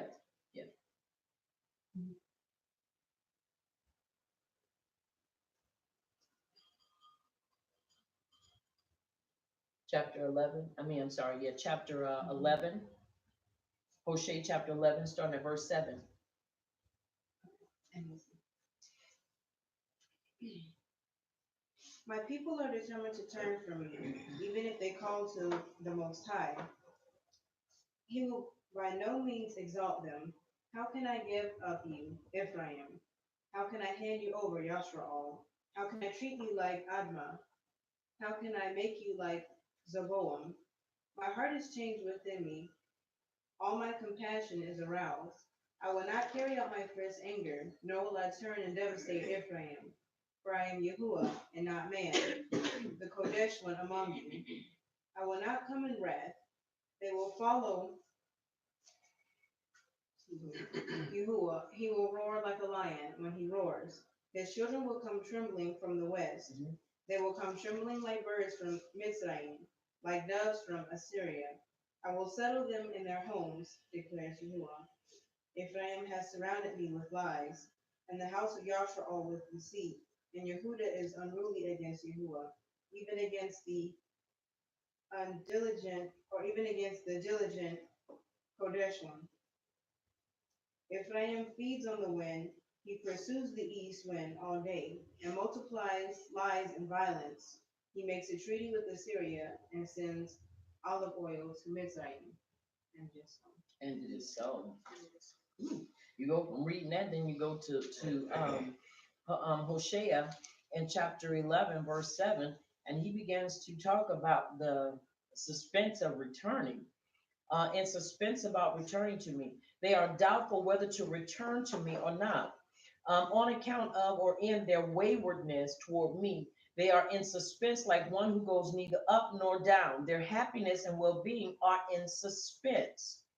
Does that sound like today or to young? Yes. You know, people want to, but they got that fear. Well, I don't know, should I not, if I do this, where is it going to take me? What am I going to have? What do I gain to stand? What do I lose?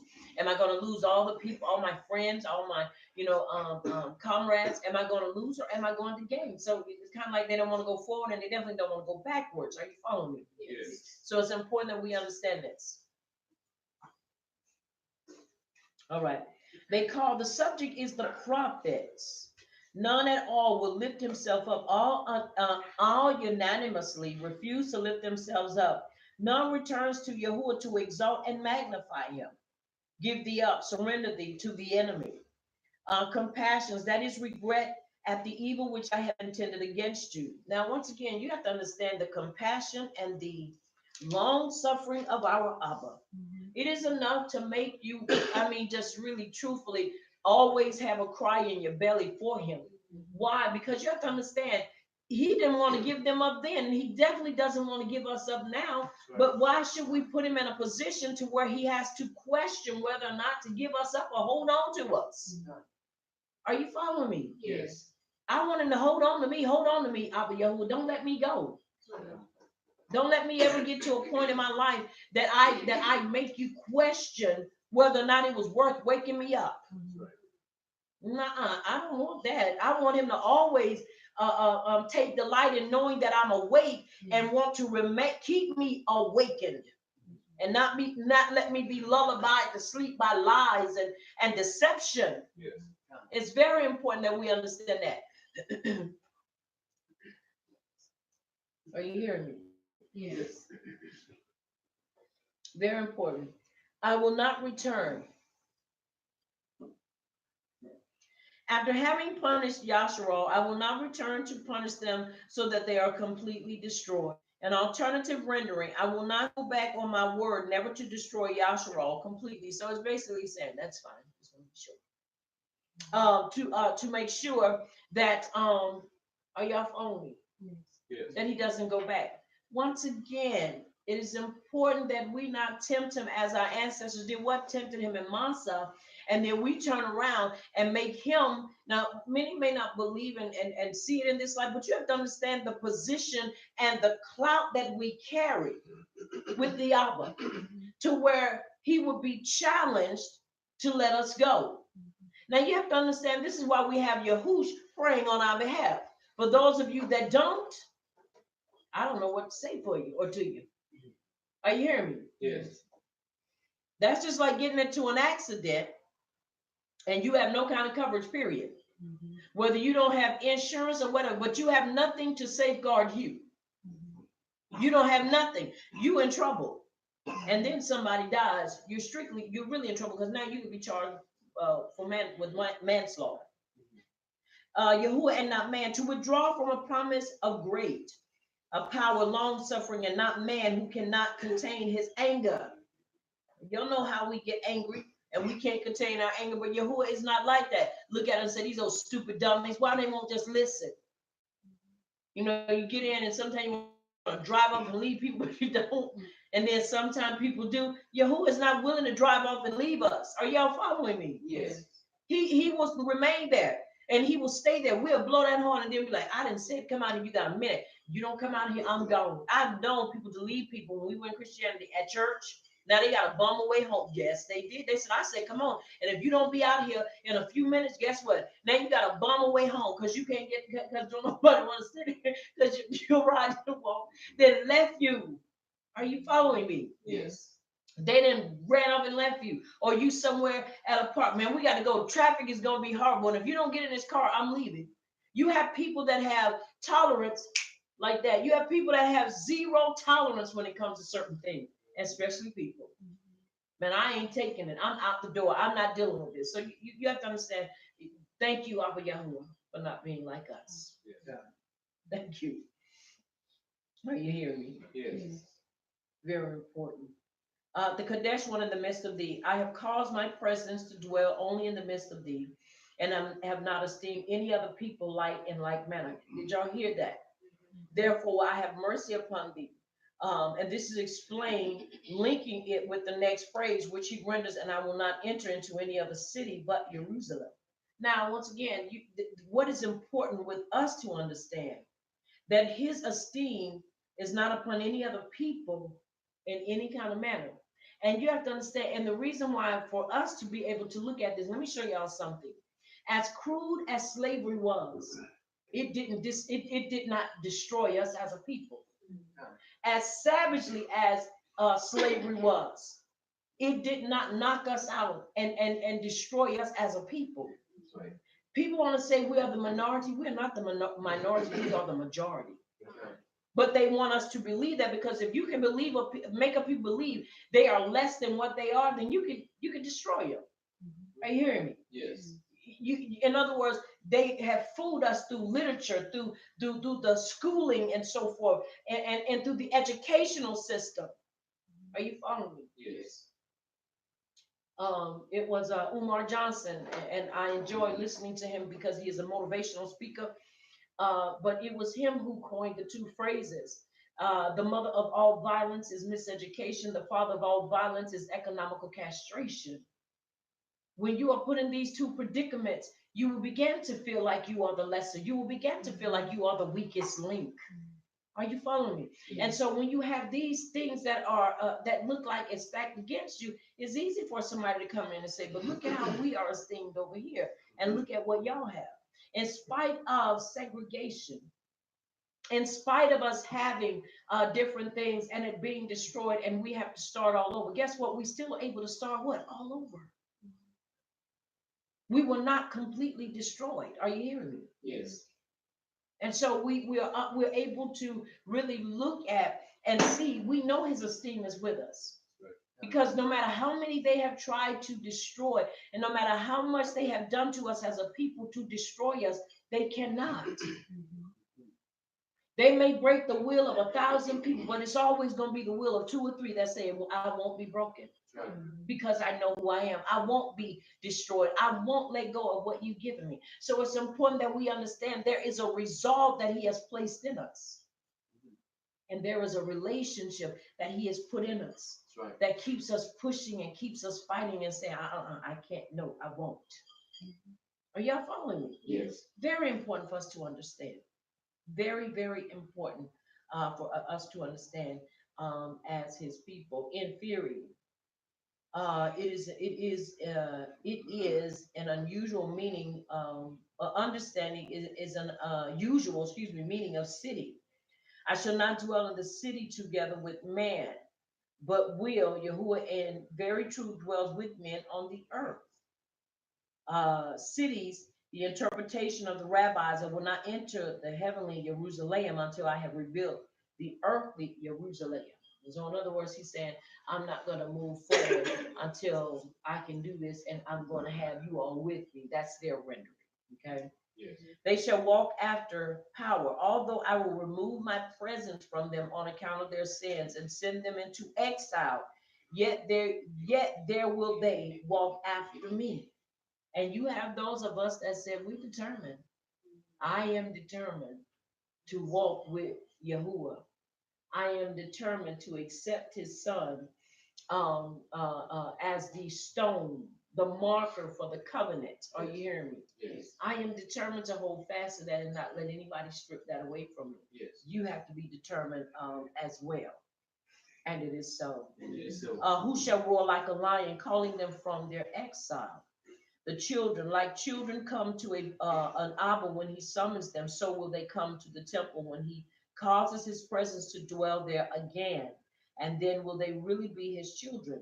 As it is written, you are the children of Yahuwah, your power. The Bidam, chapter 14 and 1. The west, Mitzrayim, understands it as meaning east and west, Assyria and Mitzrayim. Verse 11, as a bird, as a dove. Yahshua in exile have been like a bird and a dove driven from their nests. Now they shall return like the birds that find their nest again. Like I said, we will find our place at home again. We will find that place. Are y'all following me? Yes. I will make them to dwell in their houses. This is linked also with the next verse. I will bring them back from their captivity and make them dwell in their own houses again. But they refuse to go after me, for Ephraim compasses me about with lies. With lies. Now, once again, it's important that we understand you can't fool Abba Yahuwah. And we can't keep, walking around once again with all this lying and excuses. It doesn't work. Are y'all following me? Yes. Very important for us to understand. Ephraim compasses me about with lies. The temple is in the middle, and round about it they have set up their idolatrous shrines. Ephraim is singled out because Jeroboam, who introduced the worship of the cows in Bethel and Dan. Malach Aleph 12 and 28 was of that tribe. Malach Aleph 11 and 26. The house of Yasharal, the northern kingdom of the 10 tribes. And Yehuda is yet wayward. When we read the verses, and it's talking about Yehuda is yet wayward. But Yehuda yet ruleth with power, and is esteemed with the Kadesh one. Ruleth with power means in the fear of power. But let's look at that verse again. And Yehuda is yet wayward towards power, and towards the Kadesh one who is committed. Now, in other words, if this interpretation goes nothing with what is stated, and Yehuda is yet wayward toward power, and toward the Kadesh one who is committed. Are you following me? That doesn't sound like that's unity, does it? No. But once again, because of interpretation and because of excuses, people continue to try to put Yehuda up on a pedestal.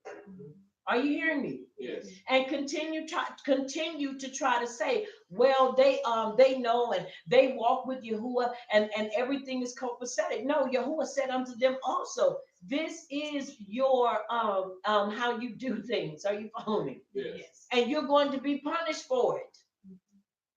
So we cannot, in other words, you cannot exalt one over the other and use that excuse any longer. That's right. Can't. And listen what it says. That means they were wayward. Wayward is not a positive example or a positive description of a person. Are you following me? Yes. It's not positive. So somebody say you just wayward. That's the whole. Thank you.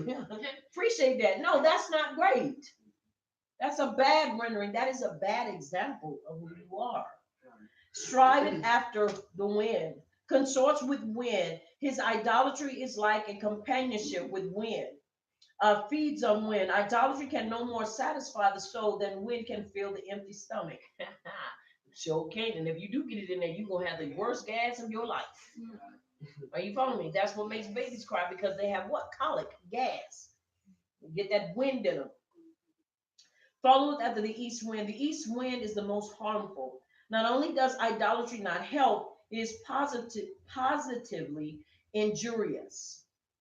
Lies, the worship of idols, desolation, the inevitable result as punishment for the lies. Yet instead of repenting and returning to power, they make a covenant with Assyria. Make a covenant with Assyria. Sounds like today, doesn't it? Yes. Make a covenant with those outside of truth. Make covenants. Are you following? Yes. Very important for us to understand. They'll make a covenant with you. And oil is carried away into Mitzrayim as a bride to win her friendship. Oil was exported from the land of Yashral to Mitzrayim and to other countries. And so it's important that we see that. Yahuwah had also a controversy with Yehuda. He makes known to Yehuda his controversy with Ephraim, so that the former will understand when he will punish Yaakov. Although it was said before, but Yehuda yet ruleth with power. That was only when the worship of the cows was first introduced. Since then, however, a succession of wicked kings brought idolatry also to Yehuda. They did not understand that the esteem which I had shown my people in giving them this land was for the sake of the patriarchs. That is Yaakov, who had been promised dominion over his brother. As Yaakov had never exercised it during his lifetime, it was obviously meant in respect of his descendants. This supplies the connection with the next verse. Are you following? Yes. All right. Very important that we understand that. You read to verse 5, right? Chapter 12. You didn't read all the way to 4? No. Okay, well, I'm gonna allude to 4. 4 says, in the womb he took his brother by the heel, and by his strength he strove with a power-like being. In the womb he took his brother by the heel. I caused him to do that as a sign that he would rule over him in the end, the heel symbolizing the latter Yamem. And by his strength he strove with a power-like being. The Malak, this was a great miracle when it is remembered that a single Malak overthrew the whole camp of the Assyrians. I gave him that strength to symbolize that so long as his children were committed to me, they would not be subject to the power of Malak or other heavenly bodies such as the stars. And it is so. Very important that we really look at the writings in their perspective and see everything that has been given unto us. All right, let's start with verse 5 and let's continue to read, please.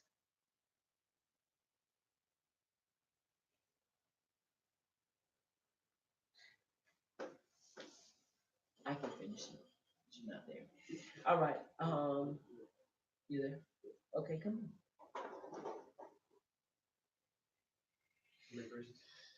Let's do 9. Yeah, chapter 12. Start at verse 5.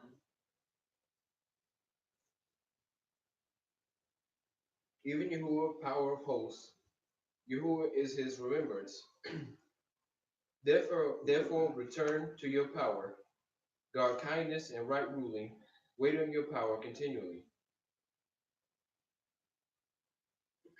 Verse 7. A merchant in his hand are scales of deceit. He loved to oppress. And Ephraim says, indeed, I have become rich. I have found wealth for myself. And all my labors, they shall find in me no crookedness that is sin. But I am Yahuwah your power, since the land of Mitzrayim. Again, I shall make you dwell in tents as in the days of the appointed time.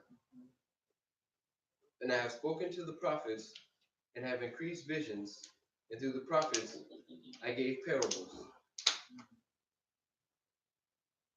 Is Gilead wicked? Certainly they have been false.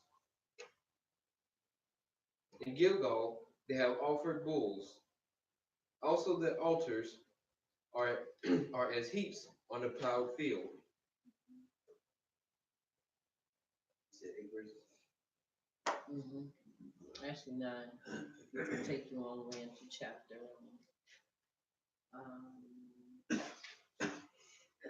Excuse me, chapter 13. I believe it's in verse 1. Yeah, because 9 and 12. And when Yaakov fled to the country of Aram, Yasharal served for an Isha, and for an Isha he kept watch. And by a prophet Yahuwah brought Yasharal out of Mitzrayim, and by a prophet he was watched over. Ephraim was provoked most bitterly. So his master left his blood guilt on him and repaid him for his reproach. Chapter 13, verse 1. When Ephraim spoke, there was trembling. He was lifted up in Yasharal, but through Baal he became guilty, and he died. And it is so. And it is so. I'm sorry, you read chapter 12 to verse 12. I can't read it. Yeah. You mean chapter 12? Chapter 12, yes. You read all of it, and then 1 to 13, verse 1. Okay, Yes. so that we can stop right there. All right.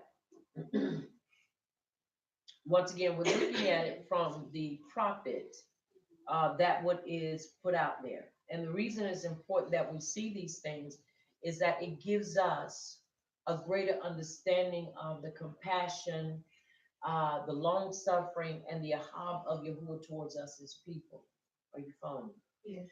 Very important for us to understand as he gives them a play-by-play. Why? Because you have to understand when he spoke to them through parables, he spoke to them through revelations. This is why we ought to always be attentive and listen, because we never know when he wants to say something to us. You have to understand our timing and our way is not his way and his timing. But it's important that we understand, as he alludes to in verse 5, it says, so he strove with an Amalek and prevailed. He wept and made supplication unto him at Bethel. He would find him, and there he would speak with us. Now, when you look at it there, and then we look at what it said, it says he wept, that is the Malak wept. And when Yaakov said to him, I will not let thee go except thou beroot me, the Malak made supplication unto him, saying, let me now go, for power will reveal himself to thee at Bethel. And there he would speak with us, and we will both confirm the Baruch wherewith Isaac Baruch thee. The assailant was Esau's guardian Malak, and had attacked Yaakov on account of the Baruching. And this is understood or understand at the end of the verse as spoken by the prophet. And there in Bethel, Yahuwah spoke with me and with Amos to rebuke Yasharal for the worship of the cows, and is written, seek ye me and live, but seek not Bethel. Now you got to look at what was just brought forth at this point here, saying the reason why that the angel that he encountered, now once again, this is another rendering of that what had taken place in Bereshit 30 and 2, verse 27, that when he would not let him go except he baruched him, that this was the guardian malak of Esau. And basically, in other words, he was sent there to take him out. But because he could not and he prevailed against him, in other words, as they wrestled, ain't gonna be no taking me out of here. We gonna wrestle. Are you following me? Yes. That the Malak wept because he could not prevail against him. And this is why he had to baruch him, but he had to do something to release himself from him. Now, I can say to one degree that that is probable because in that time they had a greater threshold and a greater the malak and so forth were more visible and more apt to come in and make themselves visible. Now you do see stuff, but not like they saw stuff. Right. You know, a malak was subject to manifest themselves while they were in prayer, manifest themselves while they were talking, manifest themselves while they were eating, just manifest themselves if something was getting ready to happen. Now we don't really have that manifestation like we used to. I'm not saying they don't. Now, please don't get me wrong, because I still believe that Abba Yahuwah does allow them to visit us. But I like how it was said before when we read it earlier, that when the Malak Yaakov went forward to meet Esau on the borders, these were his protected Malak, and they're not just going to show up unless it is what? A reason. Right. They're just not going to show up and just chew the fat with you. They are messengers, and messengers only do what? Send, take, or bring messages. Right. So they're not going to just sit up there and be idle with you. And so what does that say to us as the children of Yasharal? That means we need to be listening for a message, or we need to be prepared to send a message. That's right. And so I truly believe, but once again, there has to be a reason. It's just not going to pop up at your door just to remind you they're there. Even though you hear Christianity saying use them, that you got pickpocket angels. But I've heard some of it all. You got thieving angels. Yes, you hear all sorts of stuff.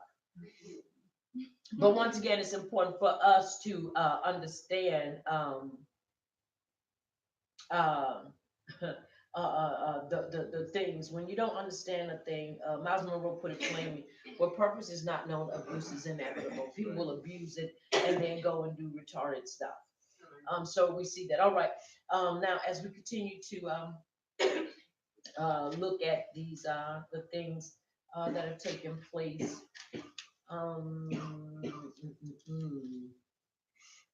As we have read, let's see.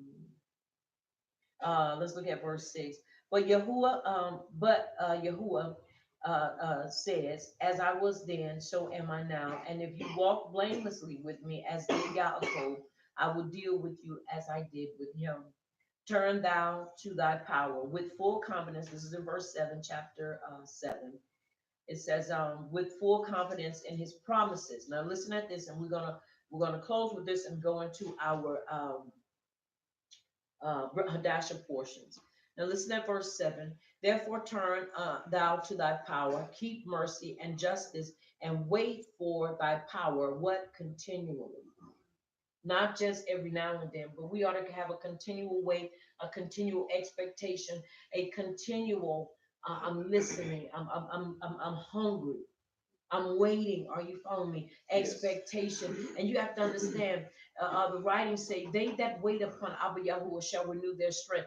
That waiting doesn't mean just sitting idle. That waiting means you still serve him in the capacity that he has already made known to you how we are to serve. Right. Are you following me? Yes. Now he says, turn thou to thy power with full confidence in his promises. Somebody say full confidence in his promises. Full confidence in his promises. Now he provided that that we keep mercy and justice. Then you may wait for thy power continually, knowing that he will always hasten to our salvation. Trust in power, not in your wealth and power, since both come from him alone. Somewhat the examples are somewhat similar, but the rendering is that first part of the verse. Therefore rest out in thy power, yet rest therefore in who? Abba Yahuwah. One of the key things that is constantly said is that we must must show what? Mercy, keep mercy and justice. And the more we continue to read, and let's turn our attention to Ibram chapter 11, the more we continue to read and really read our history, our story through the Torah, the Haftorah, and the Brit Hadasha portions, and the Nevi'im, which are the writings, the prophets, you will see that one of the things that Yasharal lost was her compassion for her poor and her widows, for the aboless, in other words, for the fatherless. And when Yasharal got into that place of failing to be compassionate and upholding upright ruling and justice, that was, excuse me, also a means for them to get in trouble with Abba Yahuwah. Are y'all following me? Yes. It is important that we understand. Now I know, and listen to me well, that there are a lot of people out here that are scamming folks, and this is why we really have to be careful, because you have people that use the writings and use scenarios to try to beguile us and trick us into giving them money when they know they don't have no orphanage. They know they don't have any of this stuff. Anytime you can go to 5 and 6 different pages and you see the same people you saw on somebody else's page, that's a scam. I don't care what nobody says. Are you following me? And every time you see them, and I understand they do have to wear sometimes the same clothing, but I mean, come on now, you in the same position every time we see you? No. I teach on the same place every time, but you will also see me move and do different things. Are you following me? Yes. Something's going to be different. But the thing that I want to stress is that we are responsible for the widows. We are responsible for our poor. We are responsible for the obelisk. Are you following me? Yes. This is one of the things that got the children of Yasharal in trouble, because they lost their compassion for those that had not. And so we cannot afford to lose our passion and our compassion for those that are without, or we will find ourselves being in trouble. And this is why he said, don't lose that. Keep that, because that is also a key marker. It is a signature, key signature of who we are, because we are mindful of those that are without, and especially of those of what the belief and those that are our people. So it's very important that we are mindful of that, and it is so. It is so. All right, let us turn our attention once again to Ibram, chapter 11, and we'll read 11 to 20. And it is so.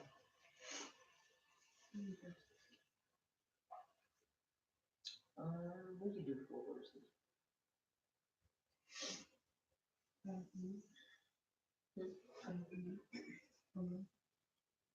Verse 11, chapter 11, verse 11. Reads, by belief, Abraham, even though he was past age, and Sarah herself was barren, was unable to become an Abba, because he considered him diligent who had made the promise. And so from this one man, and he as good as dead, came descendants as numerous as the stars in the sky, and as countless as the sand on the seashore. All the people were still living by belief when they died. Mm-hmm. They did not receive the things promised. They only saw them and welcomed them from a distance, and they admitted that they were aliens and strangers on earth. Mm-hmm. People who say such things show that they are looking for a country of their own. And it is so. And it is so. You know, this is not our place. Are you following me? Yes. This is not our home. Through belief, also Sarah herself received strength to conceive seed and was delivered of a child when she was past her childbearing age, because she judged him diligent who had promised. Now you have to understand, when you look at that word judge, and when you be even just looking at it from the English rendering, she through belief received strength to conceive. You have to understand, there was a process. Her cycle began. And when her cycle began, you have to understand, this opened up a door whether they were watching it systematically or it happened. But you have to understand there was an act that they had to come together. And through this act, that child was brought forth. Are you following me? So when we read this, in spite of how Christianity and others, even, and I'll dare even say the King James Bible puts it, when you began to read it and you began to look at it from its original perspective, you understand what the writer of Hebrews or Ibram is bringing forth in verse 11. She proved him, or she received, because she, through her belief, deemed him committed, because he had promised this. If she didn't, she would have stayed away from Abraham. And she would say, "You wasting my time and yours. We two old people," which age is not a factor. Are you following me? Yes. Once again, you have to see these things in their right perspective. All right, verse 12. Therefore sprang there even of one, and him as great as dead, so many as the stars of the sky in multitude, and as the sand which is by the seashore innumerable. These all died in belief, not having received the promises, but having seen them afar off, and were persuaded of them, and embraced them, and confessed that they were strangers and pilgrims on the earth. So once again, they never lost their belief, because they understood, this is not my home, this is not my abode. Are you hearing me? Yes. And so it's important that we understand what is being spoken here. And so they died without receiving it, but they saw it. So in actuality, by seeing it, you still partake of it. All right, let's read.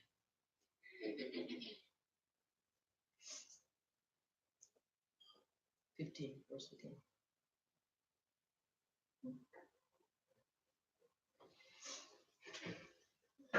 And truly, if they had been mindful of that country from where they came out, they might have had opportunity to have returned. And it is so. No, read forward. But now they desire a better country, that is Shem, in which power is not ashamed to be called their power, for he has prepared for them a city. But I believe Abraham, when he was tried, offered up Yasa, and he that had received the promises offered up his only unique son, of whom it was said that in Yasa shall your seed be called. And it is so. And it is so. Now listen, once again, Sarah and Abraham. And it's by belief, Abraham, when he was tried, offered up Isaac. And he that had received the promises, Abraham received the promises. Didn't die without receiving the promises. Right. He was able to hold his promise. He was able to walk on the land that was promised to him. Right. So he was able to behold and enjoy the promises. Are you following me? Yes. By belief. So if we don't have belief, we cannot experience his promises. It is important that we have belief. All right, let's read. Mhm. Verse 19 and 20.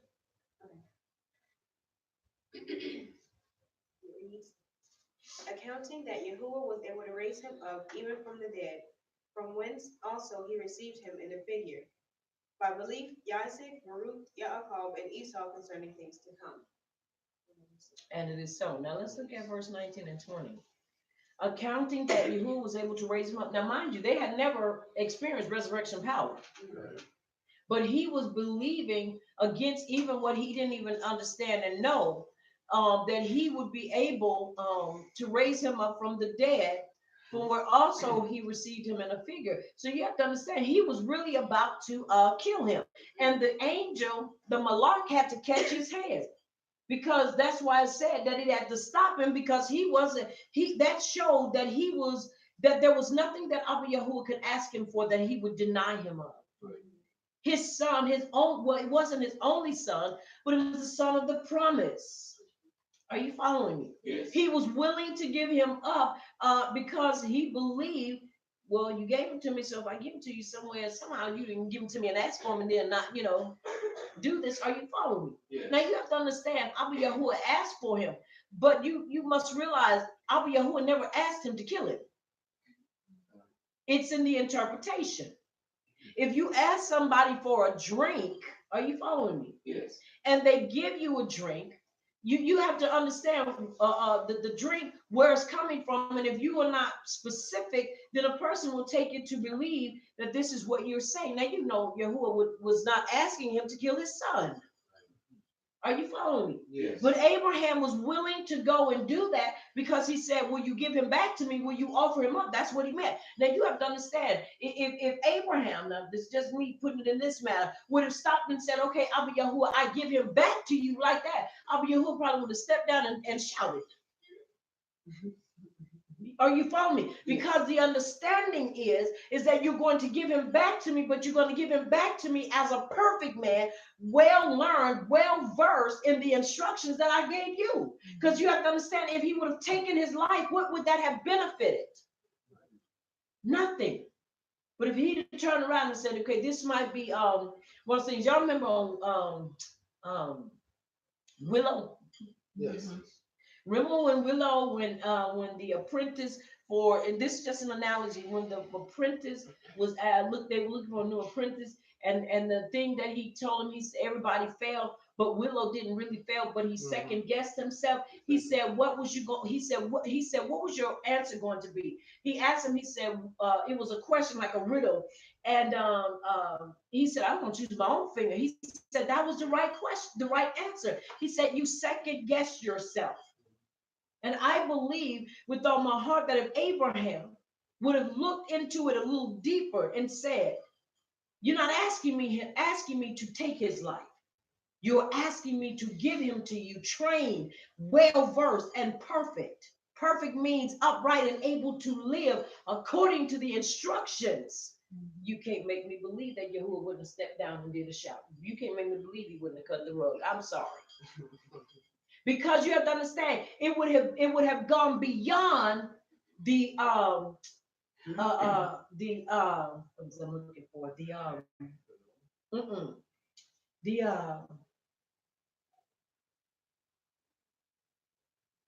not the sacrifices. It would have gone beyond the no, what is it? The sacrificial, no, what is when you call it the servitude of it. And it would have gone into the heart of it. Are you following me? The ritual, Torah, thank you. It would have gone beyond the ritual aspect to look, this is the reality of it. Because when he tells us to give him something, that's what he wants us to do. Give it back to him, room, prepared and ready for him to use it. Right. And so that is what he was requiring and asking of Abraham. But Abraham thought he was literally saying, kill him. And that's why he said, I know you will not withhold or keep nothing from me. But you have to understand the real thing that Abba Yahuwah wanted from Abraham was to train him up and present him as a perfect man. Are you hearing me? Yes. Well versed and learn in the instructions to carry that torch. That is what was required and expected. So it's important that we look and we see these things. Are you following me? Yes. By belief, Isaac, Baruch, watch this, Yaakov and Esau concerning things to come. He just did not Baruch Yaakov, but he also told Esau in that latter part also. So all these things had to come together to make a whole. Are you following me? Yes. So it's important that we understand. I think Abraham chapter 11 is the what is called when you look at it according to many of the church theologians, the belief chapter, yeah. Because we know in the beginning it says, now belief is the substance of things hoped for, the evidence of things not seen, for by it the elders obtained a great report. So it is the chapter that shows the generals or the superiors of belief. Are you following me? Yes. So it's important that we look at that and are able to draw from it and see where do we find ourselves in it. And it is so. And it is so. And it is so. Let us put our hands together and Baruch Abba Yahuwah for what he's doing, what he's done, and what he's yet going to do in our lives. We appreciate him for bringing us to this place. inform us and to empower us, to impart into us impartation that truly does bring transformation, to transform our lives, that we will also be transformers, to transform other people's lives, so that we're able to present them back unto the Abba as a upright, genuine, not just general that can stand and say a lot of things, but actually put it into practice and live the life according to his instructions. Um, Keep your head up, keep your shoulders square, keep your heart and your feet in and upon the Torah, because we can't go wrong when we live for him, and it not just be surface, but it be embedded in the depths of our hearts and our minds, because we can't lose. He's given us too much to see and to hear, to believe that we will lose. If we would, if we are a lost case, he would have never awakened us up. But we must realize that we are not a lost case and we are not a lost hope, but we are a people striving, and he is perfecting us daily. This walk is a walk that daily perfects us. We just got to maintain our walk, and we just have to hang in there and stay on top of things. In other words, stay on top of the Torah and let it stay in us, and we stay on top of it and do what we have to do. Once again, may Abba Yahuwah continue to baruch your time of rest. May he continue to walk with you. May he continue to talk with you. And above all, do not remove the stone, the covenant part of our walk. Don't let anybody fool you and make you believe that Yahushua is not a part of the covenant, because it is through him that the covenant is secured. I am Aliyah Yasharal, and I am the leader of Messengers of Yahuwah's Kingdom of Great Belief Ministries located in South Carolina. I want you to remember, here at Messengers of Yahuwah's Kingdom of Great Belief Ministries, this is the place where The Torah does the body excellent. Until next time, may Abba Yahuwah Baruch Atah keep you in his shalom until we meet again. Also, I want you to remember that you've been touched by Champion TV, a place where the champions reside. And it is so. And it is so.